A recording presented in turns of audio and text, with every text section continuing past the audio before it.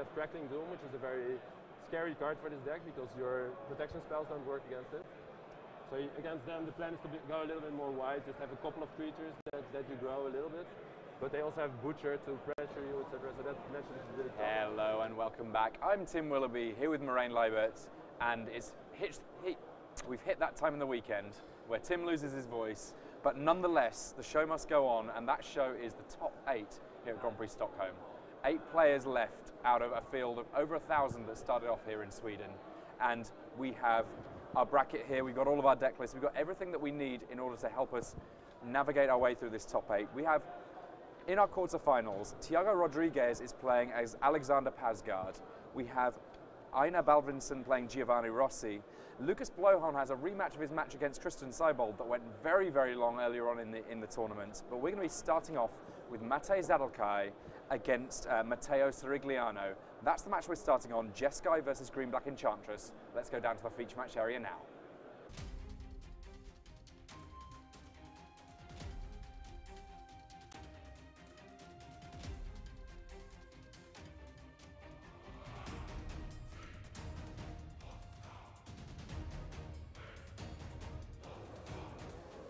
Hello and welcome to the top 8 here at Grand Prix Stockholm. On the left of our screen, that's Matej Zatlkaj. He's playing Jeskai.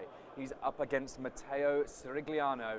He is playing Green-Black Enchantress. He's got Eidolon of Blossoms. He's got Doomwake Giant. He's got Courser of Krufix. There's a lot of enchantments in his deck, and with them he's going to be able to draw extra cards, trigger that Doomwake Giant, and potentially develop a big board advantage. On the other side of things, though, Jeskai from Matej Zatlkaj. There's a lot of different options from Jeskai, and Matej has had plenty of experience with this deck. He did play it at the Pro Tour over in Hawaii. One of the interesting ones that he's got Brimaz alongside Goblin Rabble Master in terms of token generation.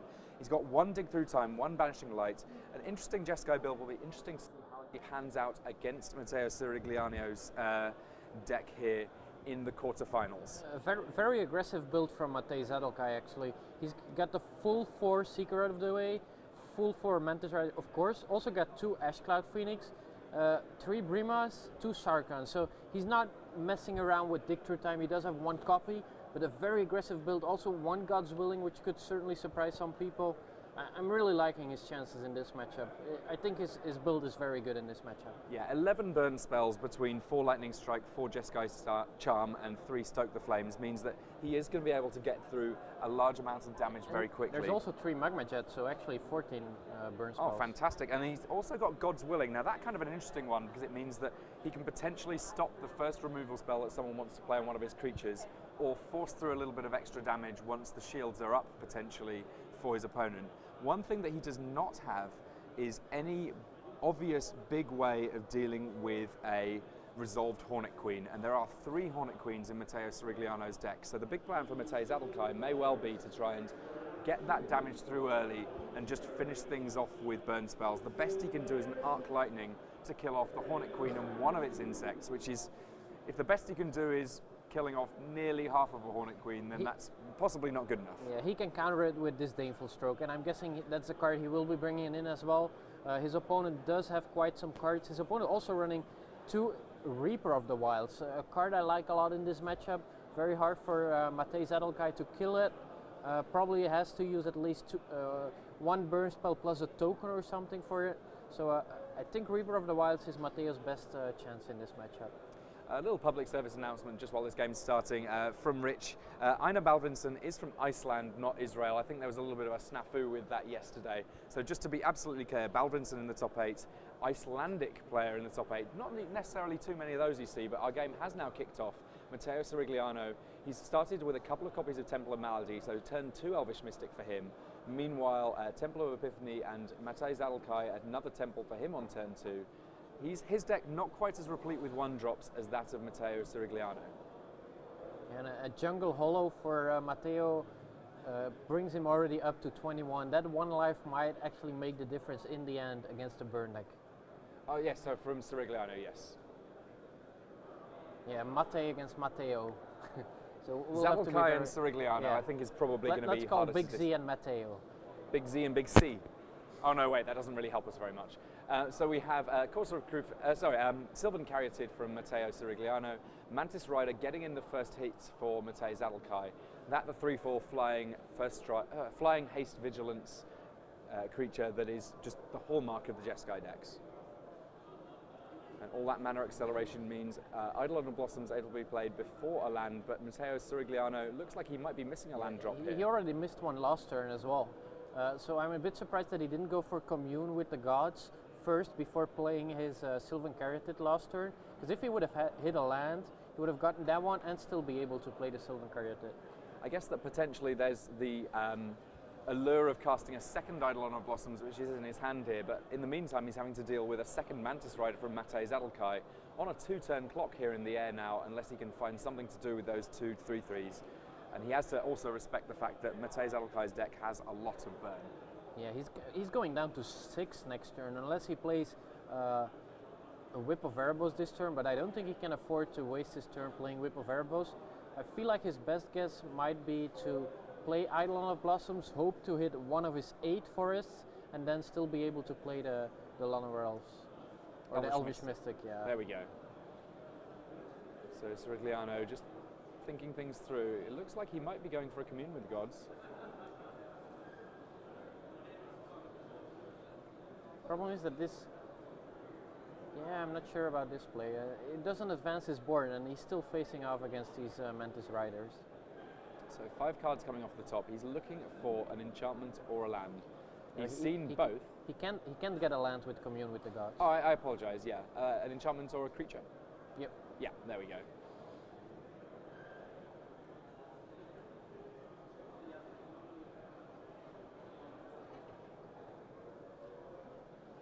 Yeah, problem this doesn't really help him. He's dead in 2 turns. Okay, sure he gets a Sylvan Caryatid, but that's basically the same as an Elvish Mystic, which he already had. I think he should have gone for the Eidolon of Blossoms here, hope to draw a forest, and then play the Elvish Mystic. And then next turn he could maybe gain some life with Whip of Erebos. And he would have been drawing 2 with that Eidolon of Blossoms, so his odds would not have been particularly poor of finding a land of some stripe. It's just a matter of whether or not that land was going to come into play untapped. So Matej Zatlkaj quite happy to sort of sit back and watch Cirigliano do his thing here. Oh, and that's the reason why he went with Commune with the Gods. He just wanted cards in his graveyard for the Muruska. And there's the Elvish Mystic. So even though Cirigliano just has 2 lands in play, he will have access to at least 5 mana next turn. And Matej Zatlkaj attacking for 3 there, putting Cirigliano down to 9, single digits. Making sure he taps the right lands, because here's Ash Cloud Phoenix. So 7 points of damage represented in the air here. Just because there was 1 removal spell doesn't mean to say that Cirigliano is out of the woods yet. Yeah, it just shows how good Mantis Rider is in this matchup, really.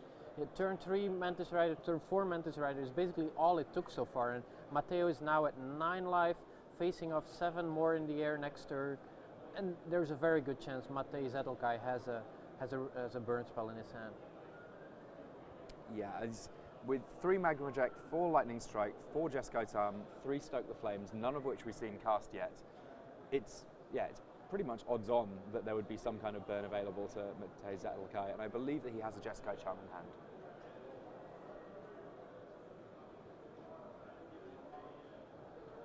So tough times for Cirigliano in this first game of a best of 3 set in the quarterfinals.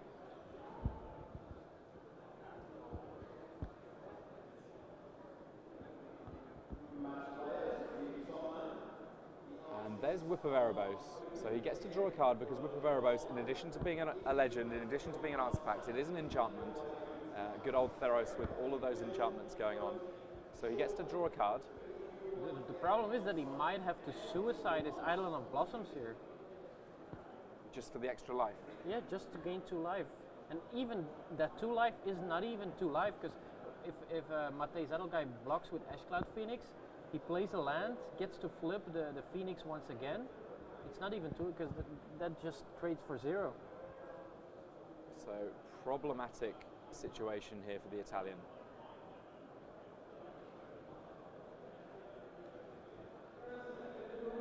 And and the Elvish Mystic coming in as well. Yeah, Matteo is very desperate. He knows he needs the life. But the problem is, what is he gonna do next turn? His best guess next turn is reanimate the Doomwake Giant, I guess. But even that doesn't accomplish anything. It gains him 4, but he's still taking way too much damage in the air. Matej Zatlkaj weighing up what's going on here before he makes any hasty blocks. Realistically, the most that could come along is a land post-combat. I think he realizes that the main thing that's happening here is that Cirigliano is trying to gain some life, and he does decide that he's going to block with the Ashcloud Phoenix, and it is going to come back into play face down, killing off both of those creatures Cirigliano attacked with. Yes, Cirigliano goes up to 12, but you're absolutely right. If there's a land to flip up the Ashcloud Phoenix, that's pretty awkward for Matteo Cirigliano as well.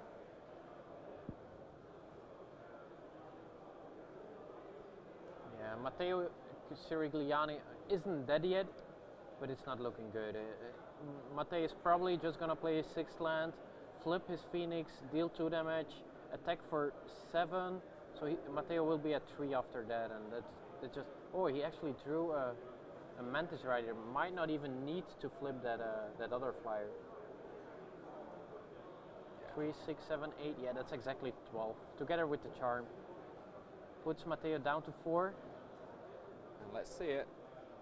There's the Jeskai charm, and we'll be on to game 2. He does reveal that the Ashcloud Phoenix, there wasn't some incredible piece of sorcery that meant that when the Ashcloud Phoenix died in flip face down, it was some other morph.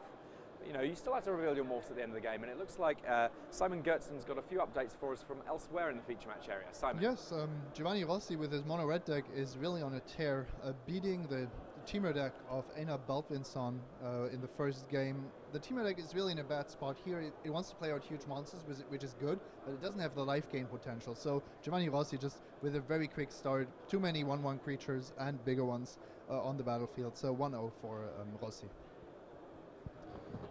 The mono red deck. I mean, we saw mono red doing so well at Grand Prix LA, made it all the way to the finals. Looks like we might see it doing something of a repeat here in Stockholm. We see there Matej Zatlkaj looking at Matteo Cirigliano's list. There is full access to deck lists available to players in this top 8, so he's making full use of that. I can let you know that Cirigliano, his sideboard includes Unravel the Ether, 3 of them, 1 Red Cut, 2 Pharika God of Affliction, 4 Thoughtseize, 1 Whip of Erebos, and 4 Nylea's Disciple. Matteo Cirigliano, he was ready for a CDC.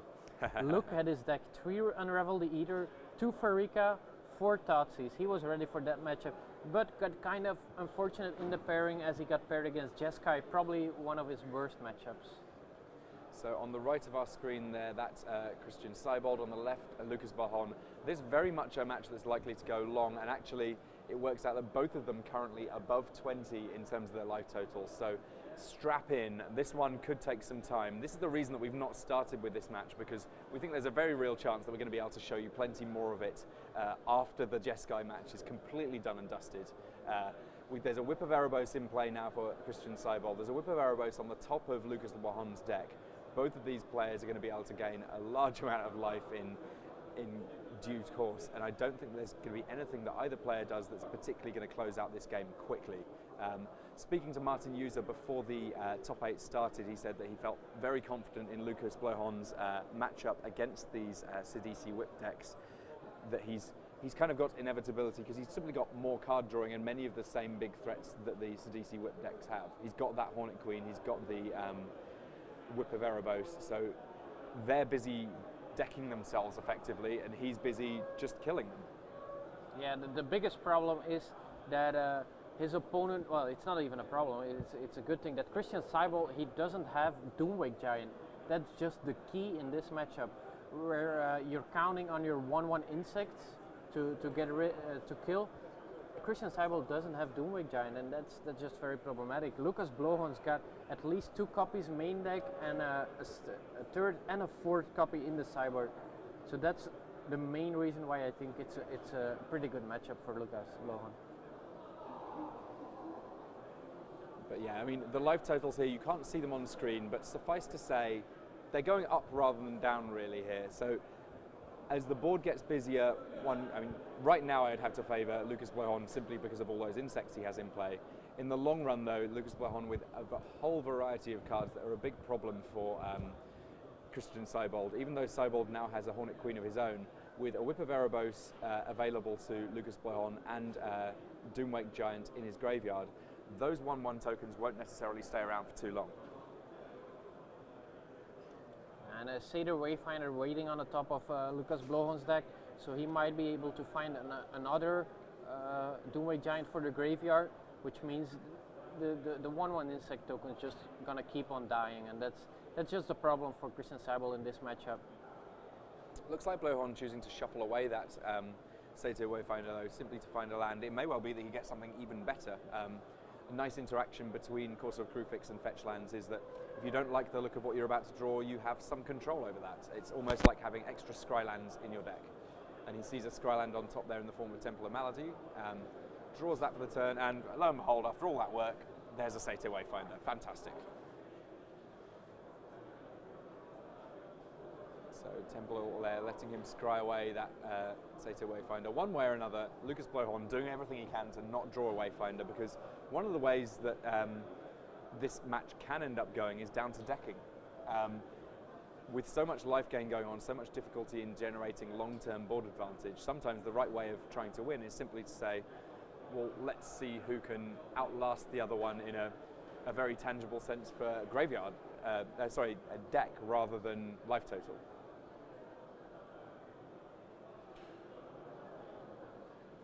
So yeah, I don't see how Christian Seibold can win this matchup, at least not this game. Christian really needs a very quick draw with Sidisi if he wants to win, and if the game ever goes long, then a Doomwake Giant is just the thing he cannot beat. He doesn't have a way to beat it. He doesn't have a way to beat main deck Whip of Erebos, so even if he kills the Doomwake Giants, they come back. It's very hard for him. And Simon Gertzen, looks like we have some more updates. What can you tell us? Thiago Rodriguez with Abzan midrange playing against Alexander Pasgard with Jeskai. Alexander Pasgard actually has his first Grand Prix Day 2 here this weekend. Thiago Rodriguez is up a game with Abzan, and there was an interesting combat step where Alexander was hoping that a Wingmate Rock token was going to block Mantis Rider so that he could give his creatures +1/+1 and lifelink. But instead Thiago blocked the Soldier token, and the attack, well, didn't work out as well. Attacking and blocking, it's no longer just for limited there. Thank you very much for the update from Simon Gertzen. It looks like we might be getting closer to having a game 2 here from Matej Zatlkaj and Matteo Cirigliano. Realistically, there's a very good chance that we're going to be able to see more of the match between Lucas Bleuhorn and Christian Seibold, because, as you may or may not have noticed, that one's going to go long. It's certainly going to go long. If we're a bit unlucky, it's going 2 hours. I'm not even sure if we're unlucky at that point. I'm pretty confident that we're a little bit unlucky.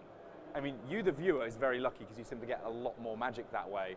But for those of us sat here, we are talking away, I'm not sure how many different ways that I can say they've gained an awful lot of life. They've got a great many permanents in play.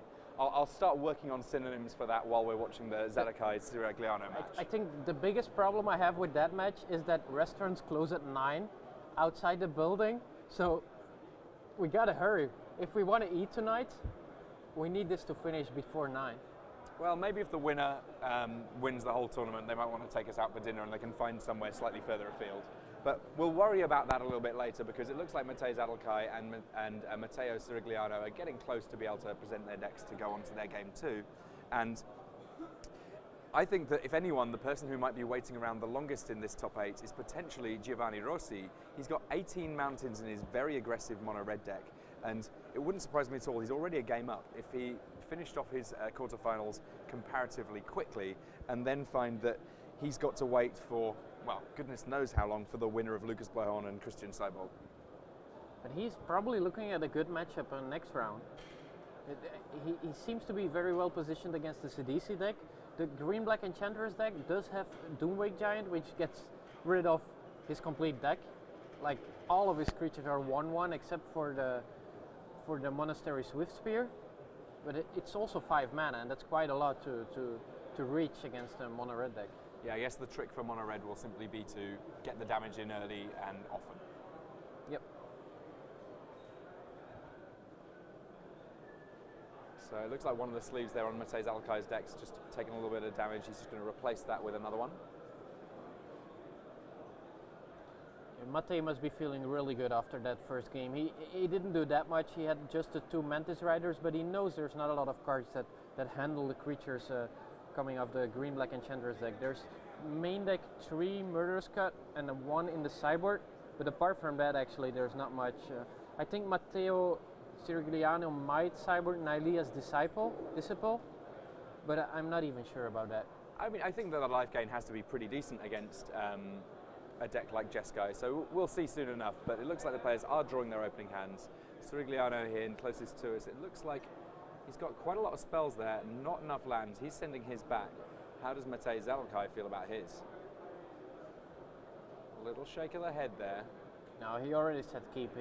He's very happy with his hand, just trying to control his emotions, up a game, opponent mulliganing, good matchup, just trying to stay focused, because after such a long day, it's important to stay focused, don't get your thoughts on something different. Yeah, you see it, and Matej is already a little bit exhausted. This isn't doing commentary, this isn't relaxing, this is playing pure Magic. I mean, I think that one of the things to be said for the Jeskai aggressive deck, as opposed to some of the other decks in the format, is it will sometimes just have a quick oops I win game. And those things are great for your tournament stamina, because it means that every now and again you get to say, oh, there's 25 minutes left on this round. I get to have a little sit, have a drink, have some food, relax, take my mind off Magic for a little bit, just to sort of maintain my sort of mental stability a little bit. Whereas Green-Black Enchantress, it ekes out wins gradually. It doesn't win particularly fast. So Cirigliano may well have not had as much time to sit around, except for the fact that he did get that draw in the last round, I suppose. Sylvan Caryatid there from Cirigliano, that piece number 1 of the puzzle. And we see an Arc Lightning drawn by Matej Zatlkaj there, so that is something he's brought in.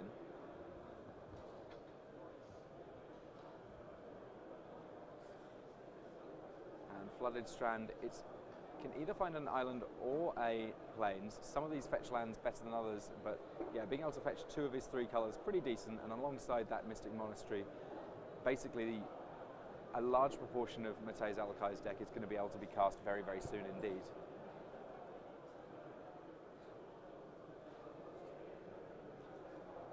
Shuffles up, passes that across, and does he have a 2-drop? And there's not so many 2-drops that Zatlkaj might want to just throw out there, but Seeker of the Way is one. It looks like he's got a couple of them. When you have more than one, being able to trigger prowess twice, potentially very, very powerful indeed, means that blocking with that Sylvan Caryatid not quite as exciting, and indeed it doesn't get in a blocking role immediately. Matteo Cirigliano casting an Eidolon of Blossoms, drawing his card. If he's got more enchantments, he's got a bit of a card drawing engine going on. Or in fact, he takes 1 from an Arc Lightning that kills off the Eidolon of Blossoms, then a further 3 from a Seeker of the Way that has prowess, has lifelink, and has a thirst for blood heading into the red zone. I wonder if, Matej didn't have a Mantis Rider. He certainly would have played that instead of the Arc Lightning. So Matteo can kind of deduce that from how the game went. It gives him an opportunity to resolve a Doomwake Giant, which on its own isn't good, but a second copy is going to kill off the Seeker of the Way. So let's see if Matej Zatlkaj can put up some more pressure before his Seeker of the Way dies. And one of the challenges that Zatlkaj has here is, even though he's hitting a land every turn, he's not got more than 1 red source, and with just the 1 red source, he may struggle to find a burn spell that's actually able to deal with that Doomwake Giant. Yes, he could Jeskai Charm it back to the top of Cirigliano's deck to buy himself a little bit of time, but I'm not really sure if that's really what he wants to be doing. Yeah, Suspension Field is a way to get rid of it, but I'm not even sure Matej bothered with that one. So a second Seeker of the Way here. And Matej Zatlkaj will just kind of be hoping that he's not going to have to face too many spells from Cirigliano here. He does have a Disdainful Stroke in hand, so he can stop the first spell that comes from Cirigliano. It's just a matter of whether or not the Italian is able to cast multiple threats in a turn. Seems like he actually has 2 strokes to me, or maybe it's a dig through time. Certainly got 2 blue cards. We will see soon enough. I mean, Matej Zatlkaj shuffling his hand up a little bit here, making our life just a little bit trickier. We'll probably let him off for that. Soon enough we'll see what's going on, but there's another Doomwake Giant in Matteo Cirigliano's hand, and there's definitely a temptation to get that down there, because all of those triggers will be pretty good against Secret of the Way. He opts instead to start with Eidolon of Blossoms though, and that meets a disdainful stroke from Matej Zatlkaj, so no Doomwake Giant trigger, no opportunity to draw additional cards, and Matej Zatlkaj doing okay for now, really looking for that second red source. Yeah, Stoke the Flames in hand, currently uncastable for Matej Zatlkaj. Yeah, so is the Ashcloud Phoenix. He could morph that one, but he certainly doesn't want to play a third 2/2 creature with Doomwake Giant on the board. Another copy of Doomwake Giant for Matteo. He's just gonna ramp that one out. Matej Zatlkaj can save his Seeker of the Ways by playing an instant in response, and he certainly should do that this turn. But next turn it's gonna be even more triggers of Doomwake Giant. So just enough cards in the graveyard that you can cast Dig Through Time in response to that Doomwake Giant. And that means that, yes, prowess will mean that his Seeker of the Ways survive, but yeah, a difficult spot for Matej Zatlkaj in this game too. He kind of needs to find a flying creature, so preferably a Mantis Rider, and a counter spell, because he really needs to counter the next spell. Yeah, he gets the Charm and the Disdainful Stroke. It's a beginning, but I'm afraid he's just too far behind in this game, facing off 2 4/6s. Yeah, I mean, sometimes we forget. I mean, there's a clue in the name. Doomwake Giants are massive. They're not just about the -1/-1 triggers. They do just also beat for a lot. And Matteo Cirigliano, while he's not yet hit the red zone with them, as and when he does, it's not going to take him too long to finish this game up. So Cirigliano looks like he's got Nykthos Shrine to Nyx there. It's not really going to generate too much in the way of additional mana, but a third Doomwake Giant. That's a lot of triggers. That's actually 5 triggers, right?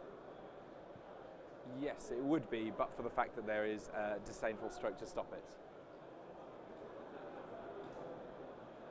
No, it's only 3 triggers. 3 triggers will be plenty enough to deal with those Seeker of the Ways, of course, hence the counterspell from Matej Zatlkaj. I think maybe after seeing this game, how it went, Matej might go and board these fields, these suppression fields.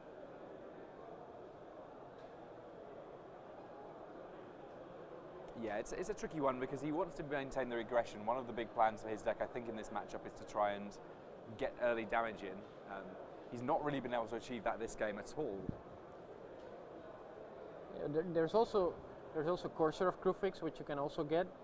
So there's quite a lot of targets, and I think the Doomwake Giant and the Courser of Krufix are just the cards that are the best against his deck. He doesn't really care that much about the Eidolon of Blossoms. It's only a 2/2, and there's plenty of ways to kill that one. But he does care about the Doomwake Giant, I feel, and the Courser of Krufix. So Commune with the Gods here, offering a few different options to Matteo Cirigliano. Whip of Erebos has to be kind of tempting when there's a Doomwake Giant in the graveyard. Also, all of that lifelink. His Doomwake Giants are going to be able to swing for an awful lot as and when he gets the mana available to cast that. Oh, look, he had it all along. Figured it out. That Whip of Erebos, all of his Doomwake Giants now having lifelink. He's given -2/-2 to... I don't know whether or not he's noticed about the triggers on those Doomwake Giants. He must have done. Have I missed something here? I think there should be 2 Seeker of the Ways sitting in the graveyard very shortly. Yeah, unless Matej responds with an instance, and it seems like that's what's happening now. Yeah, he's just gonna put, in response to the whip, put 1 giant on top of the library of Matteo. Yeah, also growing his Seeker of the Ways to 3/3s. They get -1/-1, so they're 2/2s now, which means that Matteo might be able to attack.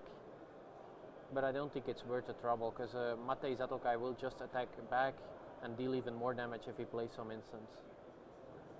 Yeah, Matteo Cirigliano, he's not in this to try and win it fast, he's just in to try and win, and he has all of the tools to do that with this draw that he has in this particular game. The only reason that he might want to be a little bit aggressive is that to take advantage of the fact that Zatlkaj currently only has the one mountain. Yeah, but his deck's much better set up for the late game than Matej's. Matteo is still thinking about attacking, and I think it might not be that bad, because he cannot know whether or not Matej Zatlkaj has got more instants in his hand. And if he blocks with his 4-6, Matej could grow his Seeker of the Way to a 3-3. Together with the Searing Spear, that would be 6 damage, and the Doomwig Giant would die. So you certainly can't blame him for attacking in the end. So Matej Zatlkaj does have more burn spells, uses Jeskai Charm again to put Doomwig Giant on the top, gets in a hit for 6, gains 6 in the process. The biggest problem for Matej is that he doesn't have double red so far.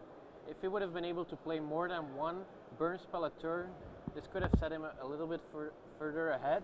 But right now he has to be happy by just casting 1 charm, doing a couple of damage, but he's giving Matteo just too much time, I feel.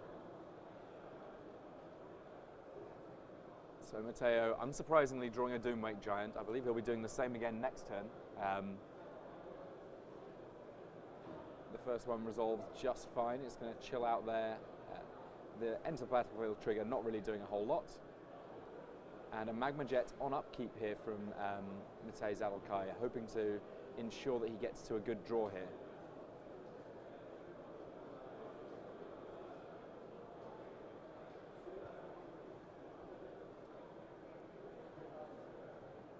Yeah, but I'm not really sure what he's hoping to draw. His hand is Phoenix, Brimas, Magma Jet, and a card I don't know.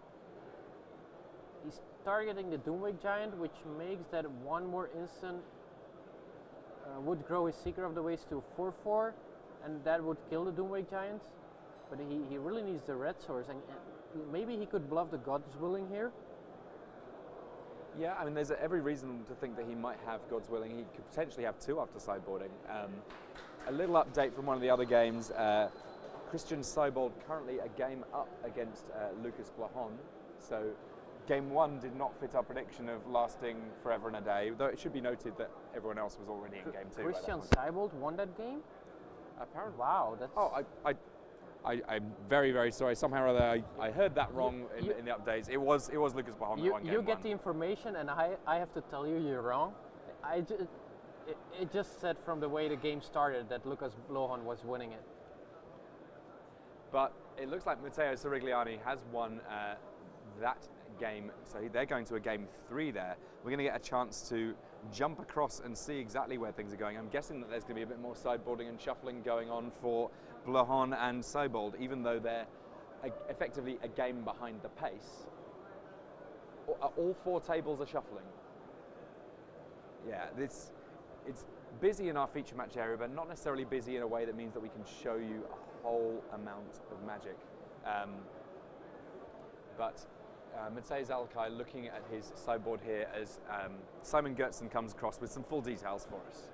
I have Einar Baldvinsson against Giovanni Rossi. Last time I left you, Giovanni Rossi had just overran Baldvinsson with mono red, and now the score is tied in 1-1. It wasn't looking too great when Baldvinsson started off with 2 Yavimaya Coasts and a Mana Confluence, taking a lot of damage, but he played super carefully, not taking any additional damage in combat, and ultimately the large creatures of his were the beginning of the end for Rossi. Rossi tried to come back with Harness by Force.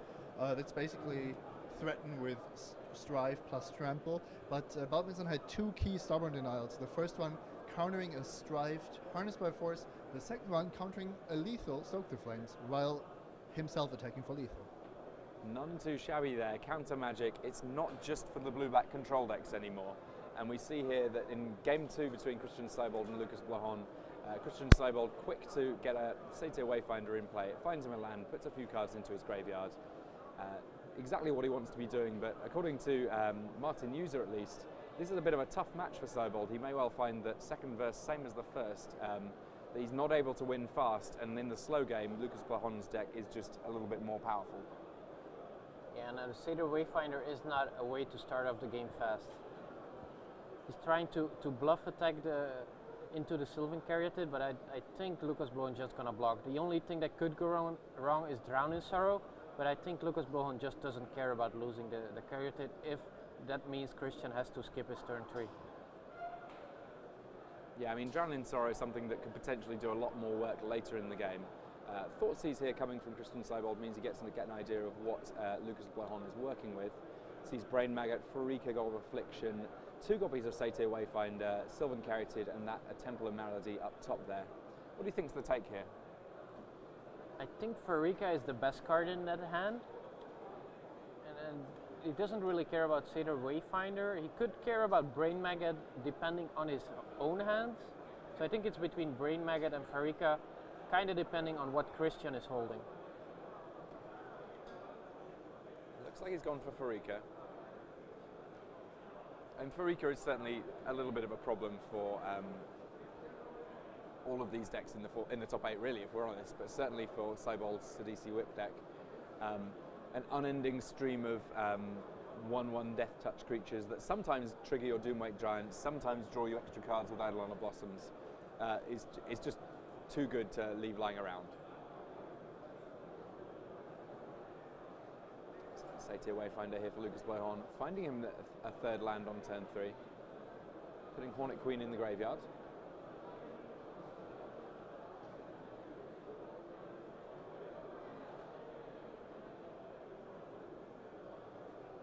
And there's another Brain Maggot. Well, Brain Maggot, so now we're going to get to see the other side of the board in terms of what cards are in hand.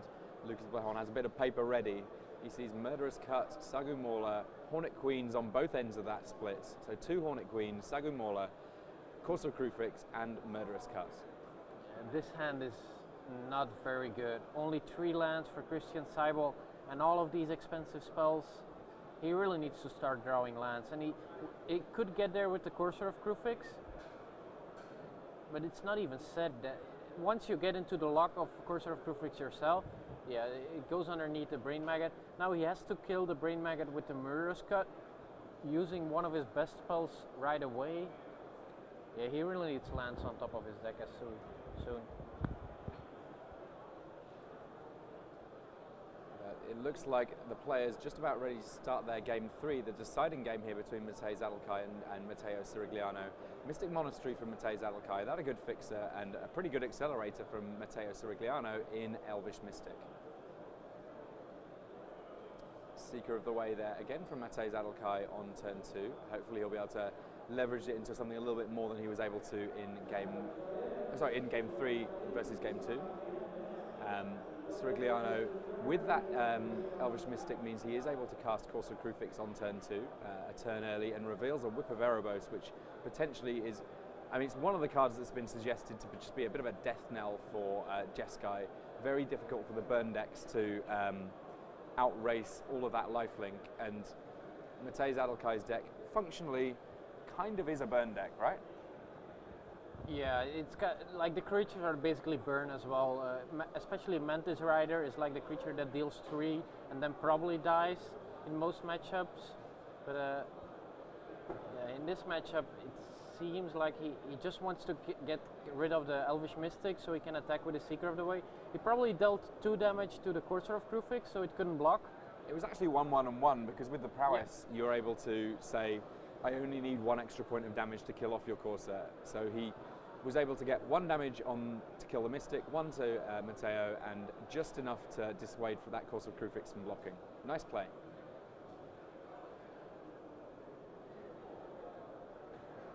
So Green-Black Enchantress, the name of this Cirigliano deck. Where that comes from is basically Eidolon of Blossoms mirrors the kind of ability of Viduran Enchantress, one that was printed way back in Alpha, that says whenever you play an enchantment, draw a card. Now, Eidolon of Blossom says whenever an enchantment comes into play, draw a card, but you can kind of see the analogy there. And a very good draw there from Matej. He actually drew the suppression field, now getting rid of the Corsair of Crucifix and also being able to keep up 2 mana for Disdainful Stroke. Very good draw there. So 3 more damage coming Cirigliano's way, and 2 mana up. Yeah, that Sylvan Caryatid is absolutely fine to resolve. I mean, in the face of a Seeker of the Way, there is always the potential that it's simply not going to be able to block effectively. And I don't think that Cirigliano can afford to wait around, because it looks like he's a little bit tight on mana here. He could block here, hoping that Matej doesn't have anything. And even if he blocks, it's not that bad because Matej would have to skip his turn playing the charm. But that means he sets himself back to 3 mana once again. I don't think he wants to do that.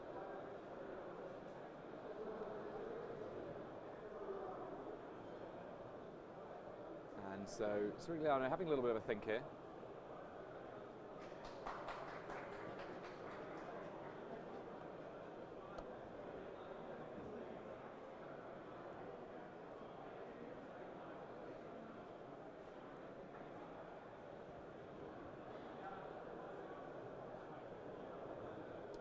Eventually deciding that he doesn't like the idea of blocking, and that means that Matej Zatlkaj is free to do whatever he wants with his mana this turn. What is it that he wants to do? He's tapped it, he's having a little think. He's probably going for Brimas this turn. The Jessica Charm can't even target the Sylvan Caryatid, so that's not a good thing. But it looks like we've got some results from elsewhere. Simon Gertzen, tell us what's going on. I have a semi-finalist for you guys. It's Thiago Rodriguez who defeats Alexander Pasgard 2-0. Abzan beating Jeskai, pretty much what we would have expected before the weekend. And I think Alexander Pasgard dug his own grave there. He kind of wanted to play control with Karanos and end hostilities, but didn't take the necessary lands off of Dick through time. And Thiago Rodriguez played quite smartly, just upticking Zorin and forcing Alexander Pasgard to spend his burn spells, pretty much doing nothing the whole time. Well played by Thiago. He advances to the semi-finals. Congratulations, Thiago. We'll see more of you fairly soon, I'm sure. But in the meantime, Eidolon of Blossoms has come down for Matteo Cirigliano. That effectively his Enchantress, if you will. He's drawn a card already off it coming into play. With each subsequent enchantment, he would get to draw a card, but for another Arc Lightning from Matej Zatlkaj, dealing 2 to the Eidolon of Blossoms, 1 to Cirigliano, and now some big attacks, knocking down Cirigliano. Yeah, is he single digits now? I think he's certainly close. Yeah, he's at 4 life, I think. 5 life. And now Matej still 2 mana up for this Daneful Strobe. This doesn't look good for Matteo. He did draw the Murderous Cut, but he doesn't even have enough cards in his graveyard to get it rolling. So Doomwake Giant looked to be a reasonable answer to stabilise the board, but there's a disdainful stroke from Matej Zatlkaj. That enough to square things up for him. He wins that match 2-1. He will be advancing to the semi-finals where he's going to be playing against Thiago Rodriguez. And that is a pretty bad matchup for him, where he had a very good matchup in the quarterfinals. Now he will have to play against Abzan mid-range, which is basically the reason why the Jeskai deck wasn't doing very well in Grand Prix Los Angeles. So we're going to have a live look in at Blohan and Seibold. Realistically, because we think this one's going to last the longest, it will just be a live look in. We may well move across and see if we can get you some of the other matches that are going on as well, just for a little bit of variety's sake. And we see here lots of notes being taken by Lucas Blohan, making sure that he's fully aware of all of the different zones and what's in them so that he can make the best possible decisions at every stage in the game. Temple of Malady there from Christian Seibold, letting him scry. Sees a wooded foothills on top and says that's not going to be good enough. And interestingly enough, Christian Seibold is Lucas Blohan only lost so far in the tournament. We saw that game, it went 45 minutes and then Lucas Blohan got decked. That's the only way Lucas Blohan has lost so far in the tournament. By decking himself, thanks to Seder Wayfinder, thanks to reanimation, Whip of Erebos on his own Seder Wayfinder, thanks to playing too many cards off the top with Courser of Crucifix. So he's only lost to himself so far. Very interesting to see. Yeah, a little bit of a tough situation though, regardless of what Seibold's getting up to here, because 4 insect tokens in the air, we've been saying it all weekend, it's just so good against so many decks in the format. Even with this second Sagu Mauler, Lucas Blohan is still looking in pretty reasonable shape. Untaps with his whip. He's drawn a second whip, but it's unlikely that he's going to need it anytime too soon. Yeah, and here we see again the problem for Christian. He's holding his own Hornet Queen, but he just can't play it. He's just too afraid of Doomwake Giant. And if you're gonna hold to these Hornet Queen, they're not gonna get better late game.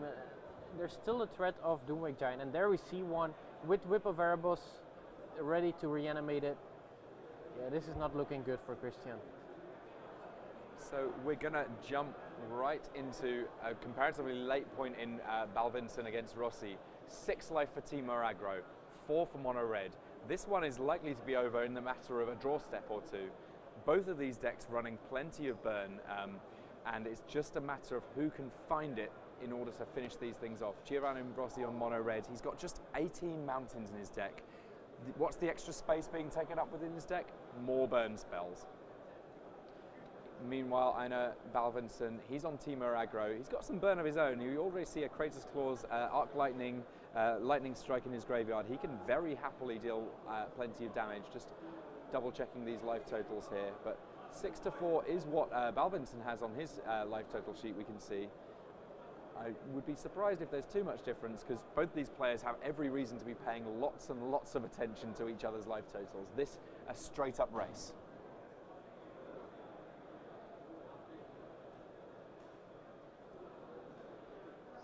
Einar Balvinson. It looks like Giovanni Rossi is actually on 5 there. There was some sort of a discrepancy. 5, a bit bigger than 4, certainly important in the face of things like Stoke the Flames. So reasonable to have just double checked that. We've updated that on our scoreboard as well. And Rossi here looking for what to do to get those final points through. And the problem with the Mono Red deck is that it basically gets very bad after turn 7. You're drawing 1/1s every turn basically. There we have it. It's a 1/2 now, but it's not much better than a 1/1. This one does have prowess, but with only 1 card in Giovanni's hand, it's not going to grow very big. Doesn't need to grow that big though in the face of Einar Balvinson on just 6 life.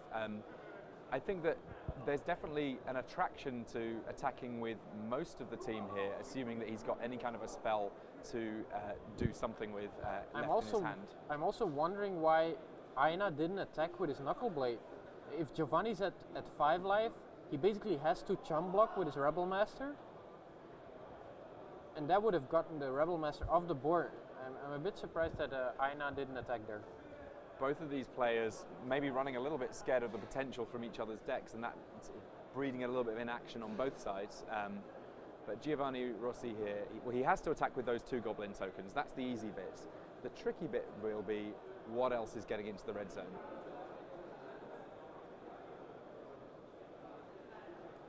Rossi says, well, I'm not going to play Monastery Swift Spear and not attack with it, so... Oh, is he? Is he? It's no Goblin, so he does have the choice. Yeah, no. Difficult choice, difficult choice.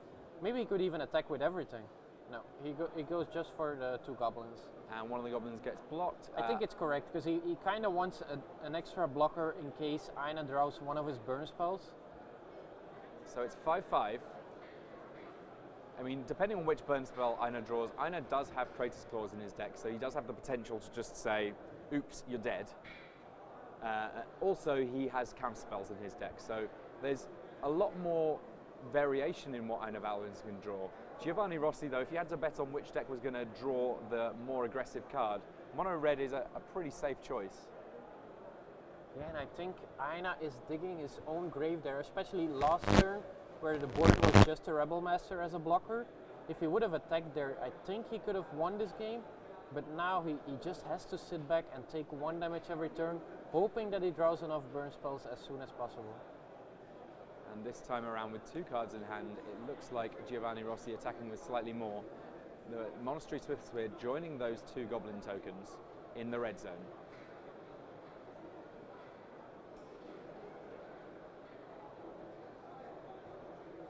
So at the moment, that not representing a lethal attack, though it's certainly not far off. A study in inaction here. Just because it's a red deck does not necessarily mean it's going to be quick to play. I would actually say that some of these mono red aggro decks are sort of more thought intensive than various other decks in the format, because you have to be so careful about catching every single point of life change. So definitely makes sense to spend the time making the right decision here in the top 8. This game's very close. Giovanni might have enough with 1 burn spell, but we do know that Einar is still holding a Stubborn Denial. So if he counts on the burn spell, he's going to lose to the Stubborn Denial. He can't play too aggressive there. And that there, and a Crone Crusader one more creature on the board, so potentially a nice one to play a target effect on if he's still running a hammer hand. I guess he probably would have cast it to give it haste, but if he draws a hammer hand, if he draws a dragon mantle, that would be the thing to target with it. He's putting a lot of lands together. Is this the claw? No, he drew it. Did he? Oh wow, look at that. It's never even going to touch the table. There we go, there's the handshake. I think that Einar Balvinsson might have a few people who are rooting for him in this. The Icelandic player, very, very happy with that result. Big handshakes there, big applause from the crowd, and we have another semi-finalist. That was just a great draw. He showed his hand at the end. He had 2 stubborn denials. He had 2 cards in hand, 2 stubborn denials. He was just hoping to draw that claw. He had already played one. Only 3 left in his deck, and he drew it. Well, you put them in your deck to draw them, and that's exactly what Einar Balvinsson did. Congratulations to you. We'll be seeing more of you in the semi-finals. But this, our last match going, I believe, in the quarterfinals between Lucas Blauhorn and Christian Seibold. Lucas currently 1 game up, and look at all of those cards in graveyards, look at all of those permanents in play. This is a war. Yeah, but once again, Christian doesn't have a way to deal with all these insects. He does have a couple of Drown in Sorrows, but that's about it, right? And even if he plays Drown in Sorrow, they will just keep on coming back forever. It's a nightmare matchup for Christian Seibold. Made all the worse by the fact it's not a quick nightmare. It's going to go on for a while. A little bit more of an update here from Simon Gertzen. What can you tell us, Simon? I don't know if you actually heard the cheering. I'm pretty sure you did. There was the fan base of Einar Balvinsson with his teamer deck defeating Monored. I didn't think it was possible, but oh, you did? Yeah, we saw that one on camera. We saw some nice burn there, though, but it's nice to get confirmation, just in case we weren't sure on the cheering. Both players played very carefully, for a very long time, and then the cheering crowd was Einar Balvinsson's fan club, basically. Let me guess, he top decked a burn spell? He was waiting for the claws the whole time. Prescient there, Moraine Lobert, figuring it out. Don't know how he got that information, but it seems to me like it's worked out just fine for him. And here we see that there's so much going on this board that without the live totals it's a little bit tricky, but there's a very real chance that the live totals are absolutely massive. Lucas Blauhorn on 30 we see there with Green Black Enchantress. Christian Seibold just 14 with Sidisi Whip. But Farika, God of Affliction, does appear to be tapped, which I'm guessing means that at some point there has been enough green and black mana symbols in play that it's had its devotion triggered. Drown and Sorrow on the top of Seibold's deck, and that a reasonable answer to a lot of what Lucas Blauhorn has going on, but with 30 life to work with, Lucas Blauhorn has time to draw into more answers, and he has a Whip of Erebos to potentially get those answers from his graveyard as well as from the top of his deck. Yeah, but Farika is pretty dangerous on this board. The Whip of Erebos doesn't do much anymore. Well, it still does something. It makes that Christian Seibold has to react to it and give a snake token to Lucas Blauhorn, but he doesn't care that much about the snake tokens, I guess. There's a Drown in Sorrow on top. Look at that. We didn't even notice that before. You didn't notice. I said it about 3 minutes ago. Okay, I didn't notice that. So all of the snake tokens are about to die, which means that Christian can go ahead this turn and remove as many creatures as he wants from the top. A nice little synergy there. Often you see Farika just simply saying, I want to make more creatures of my own, but occasionally you just need to deal with your opponent's graveyard, and that's exactly what Christian Seibold is doing here. He's got a disdainful stroke in hand, so he's able to deal with at least some of whatever comes out of Lucas Blauhorn's hand, but by the looks of things, Blauhorn is really working off the top of his deck in terms of the real power. Seibold slow to untap. I'm a bit surprised that he didn't opt to remove as many creatures as he could now, since he's gonna play that Drown in Sorrow either way. Yeah, on 10 life, you really can't afford to wait around on it. And gets to play a Temple of Malady from the top of his deck, gains a life thanks to that Course of Crufix, reveals a forest. Says, you know what, I got a scry off Temple of Malady, let's try again. Corsa Krufix, much better. Well done. And looks at a hand where he's got a couple of counter spells there. He's got the Drown in Sorrow, which realistically has to come down this turn, I think. Is there anything else he can do, though? I guess he could wait a little bit with Drown in Sorrow, since he's not in danger of losing anytime soon, and he's got perfect information thanks to the Cursor of Krufix. But I don't think he can risk getting too low in life.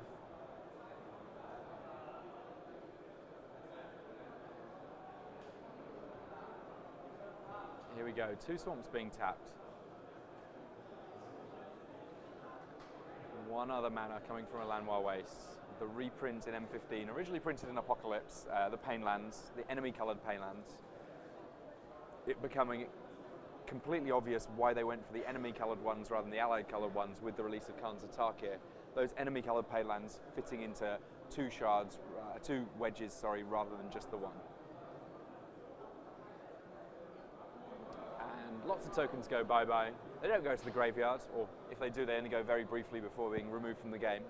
And another Disdainful Stroke revealed on the top of Seibold's deck, so that one won't necessarily be a surprise to Blowhon.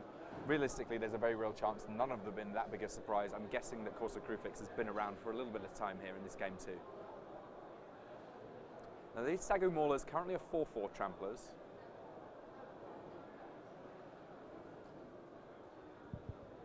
So Lucas Blowhon taking 8, going down to a meager 27. How will he cope?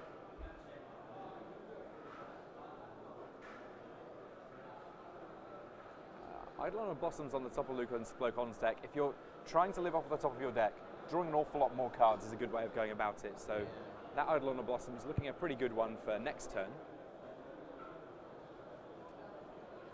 Yeah, but I'm afraid that these Disdainful Strokes are just gonna buy Christian enough time, thanks to with his 6/6s, to kill Lucas Blowhon.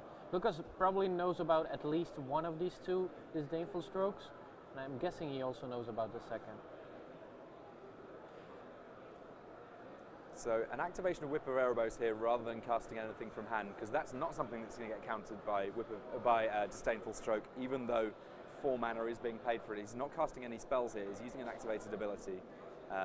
Christian Seibold responding to remove the target, and that target being Farika, God of Affliction. This is the reason that Christian Seibold perhaps siding out his Whip of Erebos in various matchups against Green Black, because he knows there's a potential for Farika. He'd rather have all of his cards be live.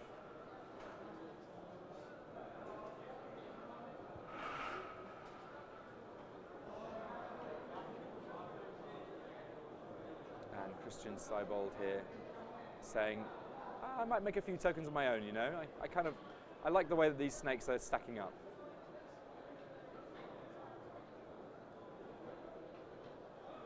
Drawing another Disdainful Stroke.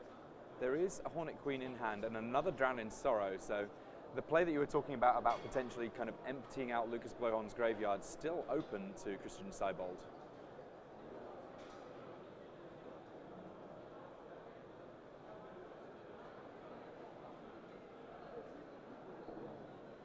I feel like we're gonna see a third game here. Sure, Lucas Blowhon is still at 28 life, but 2 6/6 tramplers.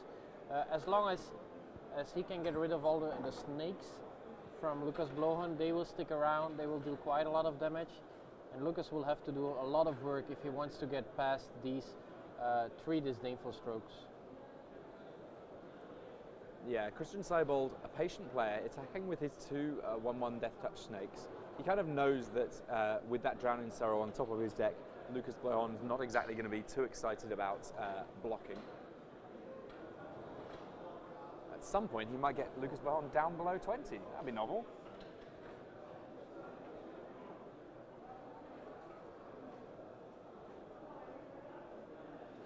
But yeah, after sideboarding, it looks like Christian Seibold is saying, I'm no longer necessarily a whip deck.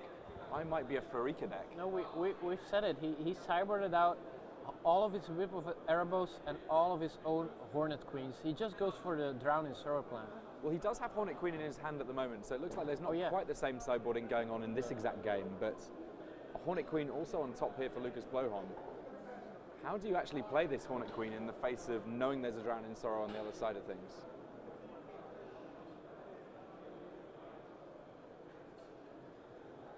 Lucas, instead of getting a Doomwake Giant, just getting a Snake token, thanks to Farika.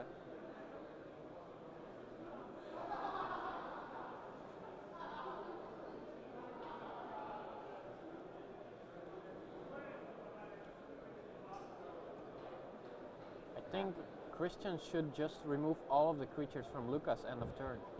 I don't see why you wouldn't do that if you're planning on playing. Yeah, I guess the Hornet Queen on top of Lucas Blowhorn's deck is one of the reasons, but he's still got those 3 Disdainful Strokes. So he's just gonna sit back and not play that Drown in Sorrow. And we shall soon see, revealing a polluted Delta on the top there. So that one that he can just play quite happily, and that he does. He's got a couple of Deltas in play now, so anytime he sees a top of his deck that he doesn't particularly like the look of, he does have the option of fetching a land and shuffling.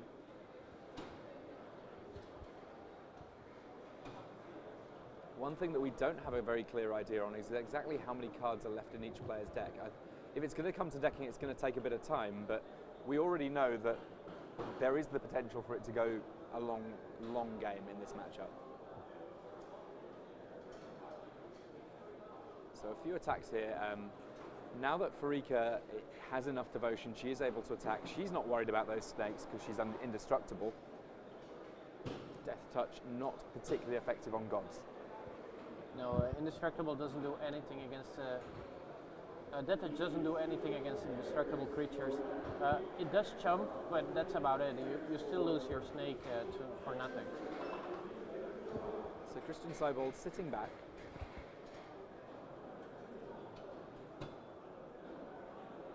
Nykthos Shrine to Nyx on the top of Lucas Blowhorn's deck. I don't think that mana is necessarily the issue for Lucas Blowhorn. He's more concerned with just how he's going to get around this slightly awkward board state that he faces down here.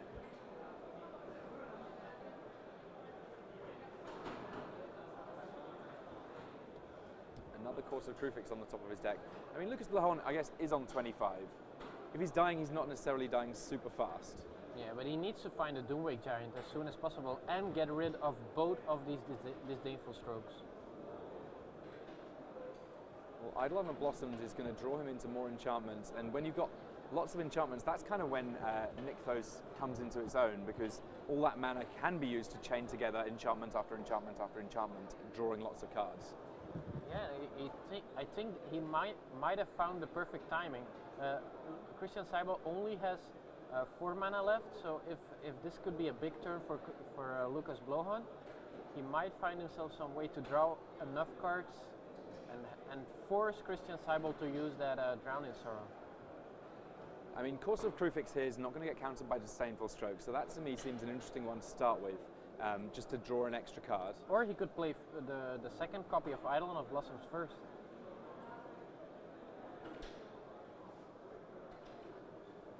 In this way round, he gets to get more out of his Nykthos. So, I mean, it's either way around, he's going to have a fairly good turn as turns go.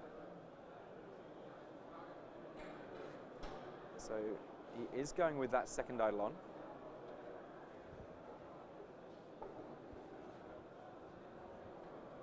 Reveals a Thoughtseize on the top of his deck now. Yeah, and that Thoughtseize could be really good. If he draws that this turn, he can play it and actually grab the Drown in Sorrow in Christian Seibold's hand. And of course, Thoughtseize very much safe from Disdainful Stroke, costing just the 1 mana. I think, yeah, Lucas Blowhorn played this game just perfectly.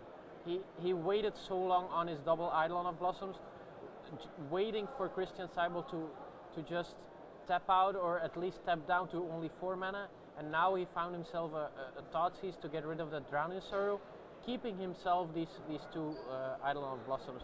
So every enchantment that he's going to play is going to draw him more cards, hopefully finding him enough expensive cards to get rid of all of the Disdainful Strokes. So Lucas Blowhorn now looking at what's left in his deck, because the other way around of looking at it is, now that there's 2 Eidolon of Blossoms in play, that Farika can force Lucas Blowhorn to draw lots of extra cards and potentially make decking an option for Christian Seibold. Yeah. Lots of moving parts in this matchup.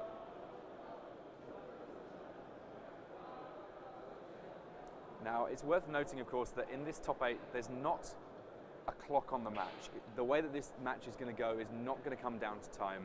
Draws don't really work once you get in the elimination stages. I mean, each player can pick up warnings for slow play if it seems like they're taking too long to make a decision, but that doesn't really seem to be the case here.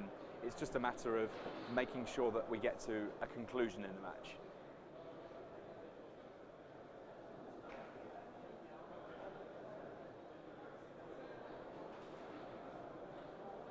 So that commune with the gods, not necessarily what Lucas Blauhorn looking for here, because it has to be crossing both players' mind at this point that milling is an option. Yeah, I wonder if Christian Seibel knows about forcing his opponent to just draw cards off his own Eidolon of Blossoms. I mean, I think it's something that at this point I would certainly hope, given the amount that Christian Seibel has played the deck, that it's crossed his mind. He did play this deck at the Pro Tour as well. And we see here Hornet Queen being cast by Lucas Blauhorn. This might meet a disdainful stroke.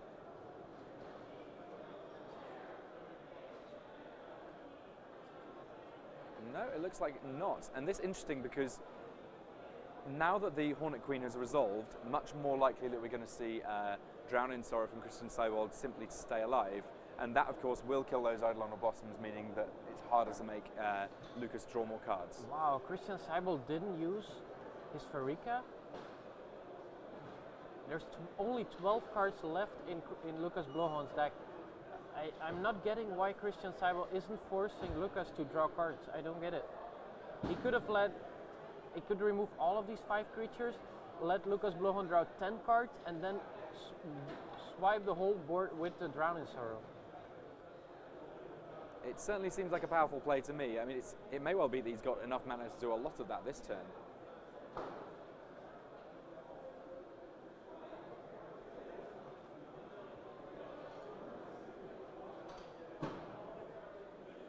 But no, it looks like Christian Seibel is simply not looking at that line of play, and that may be something that he comes to regret. He kills off a lot of creatures here with that Drown in Sorrow, so it certainly doesn't immediately look bad, but actually he's killed his own Hornet Queen. He wasn't necessarily in danger of being beaten up too much that turn, and I think that he may come to rue that decision later on if he reviews things later. I don't get this line of play. I think he doesn't know he could force Lucas Blauhorn to draw like 10 out of his 12 cards that were left. And now Lucas Blauhorn, his Eidolon of Blossoms are gone, but he can play cards again. He can play the Thoughtseize, he can start figuring out a way to get rid of the Maulers. Yeah, I think that this was a slight mistake from Christian Seibel.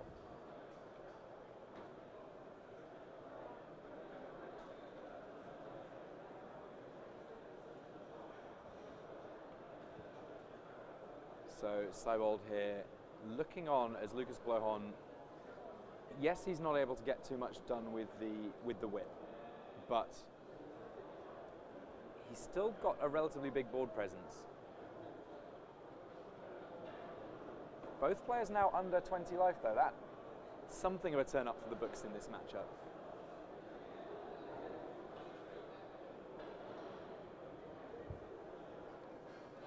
And the winner of this match is going to face Einar Balvinsson.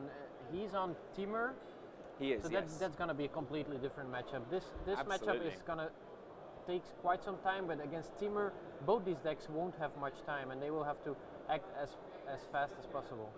So another Eidolon of Blossoms on the top of Lucas Blauhorn's deck. The mill plan may still be real.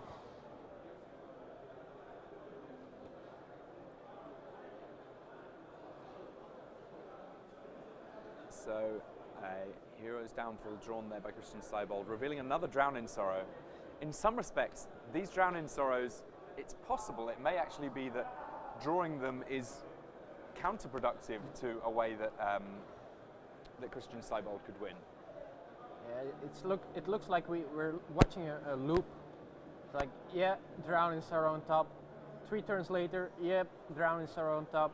4 turns later, yep, same thing again. But no, this is no loop. There's actually a lot of things happening in this game, and it just Lucas Blauhorn now down to 90 life, where he was at like 40 life a couple of turns ago. He just can't find a way to beat these Maulers, these two 6/6 trample hexproof creatures.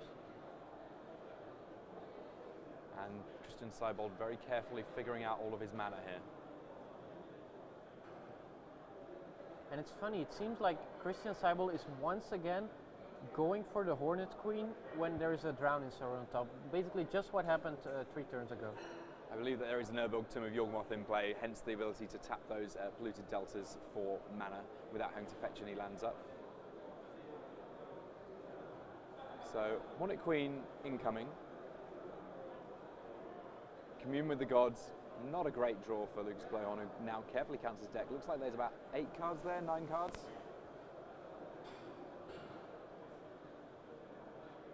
8 cards in Lucas Blohan's hand, so he's at very least going to play a land here, gain a couple of life off those Courser Krufix.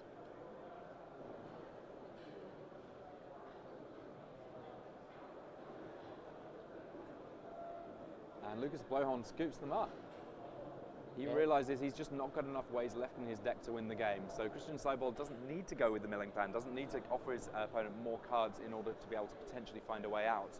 He's able to square up the match at 1-1, even in spite of everything else that was going on there.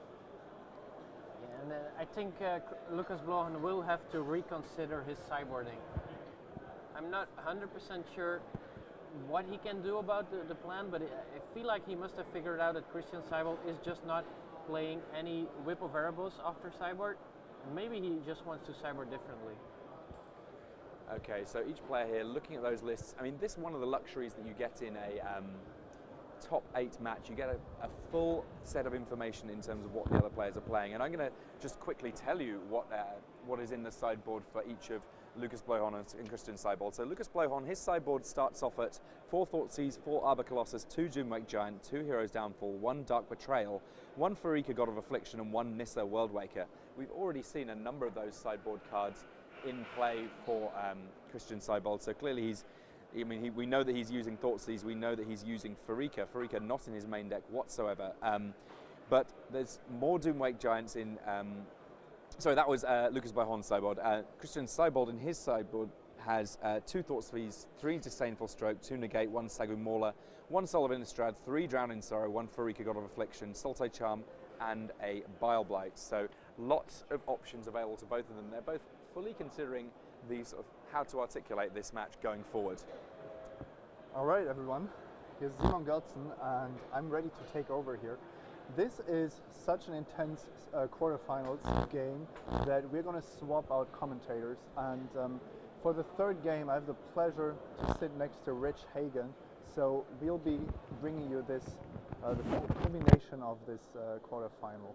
Now, I don't know how much Maren and Tim talked about this, but I stood next to the table most of the time, and I have to say, this is a deck of a matchup between 2 decks so powerful that actually decking the opponent seems to be one of the most potent options you have available. And I think Christian Seibold has slowly realized that this is how he wins the matchup, if at all, because the power of Eidolon of Blossoms and Doomwake Giant in conjunction with Whip of Erebos is just too much to handle. So you need a Pharika, and then you somehow need to deck your opponent, which I think Christian could have even done a bit earlier once Lucas had 2 Eidolons in play, thanks to Pharika giving your opponent 1/1 Death Touch Snakes.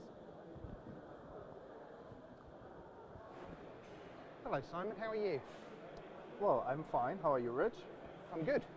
Are you ready to do some coverage? I'm very excited. I'm looking forward to the next 3 or 4 minutes as we belt through game 3 here. That's just for the shuffling. Oh, that's not what you booked me for?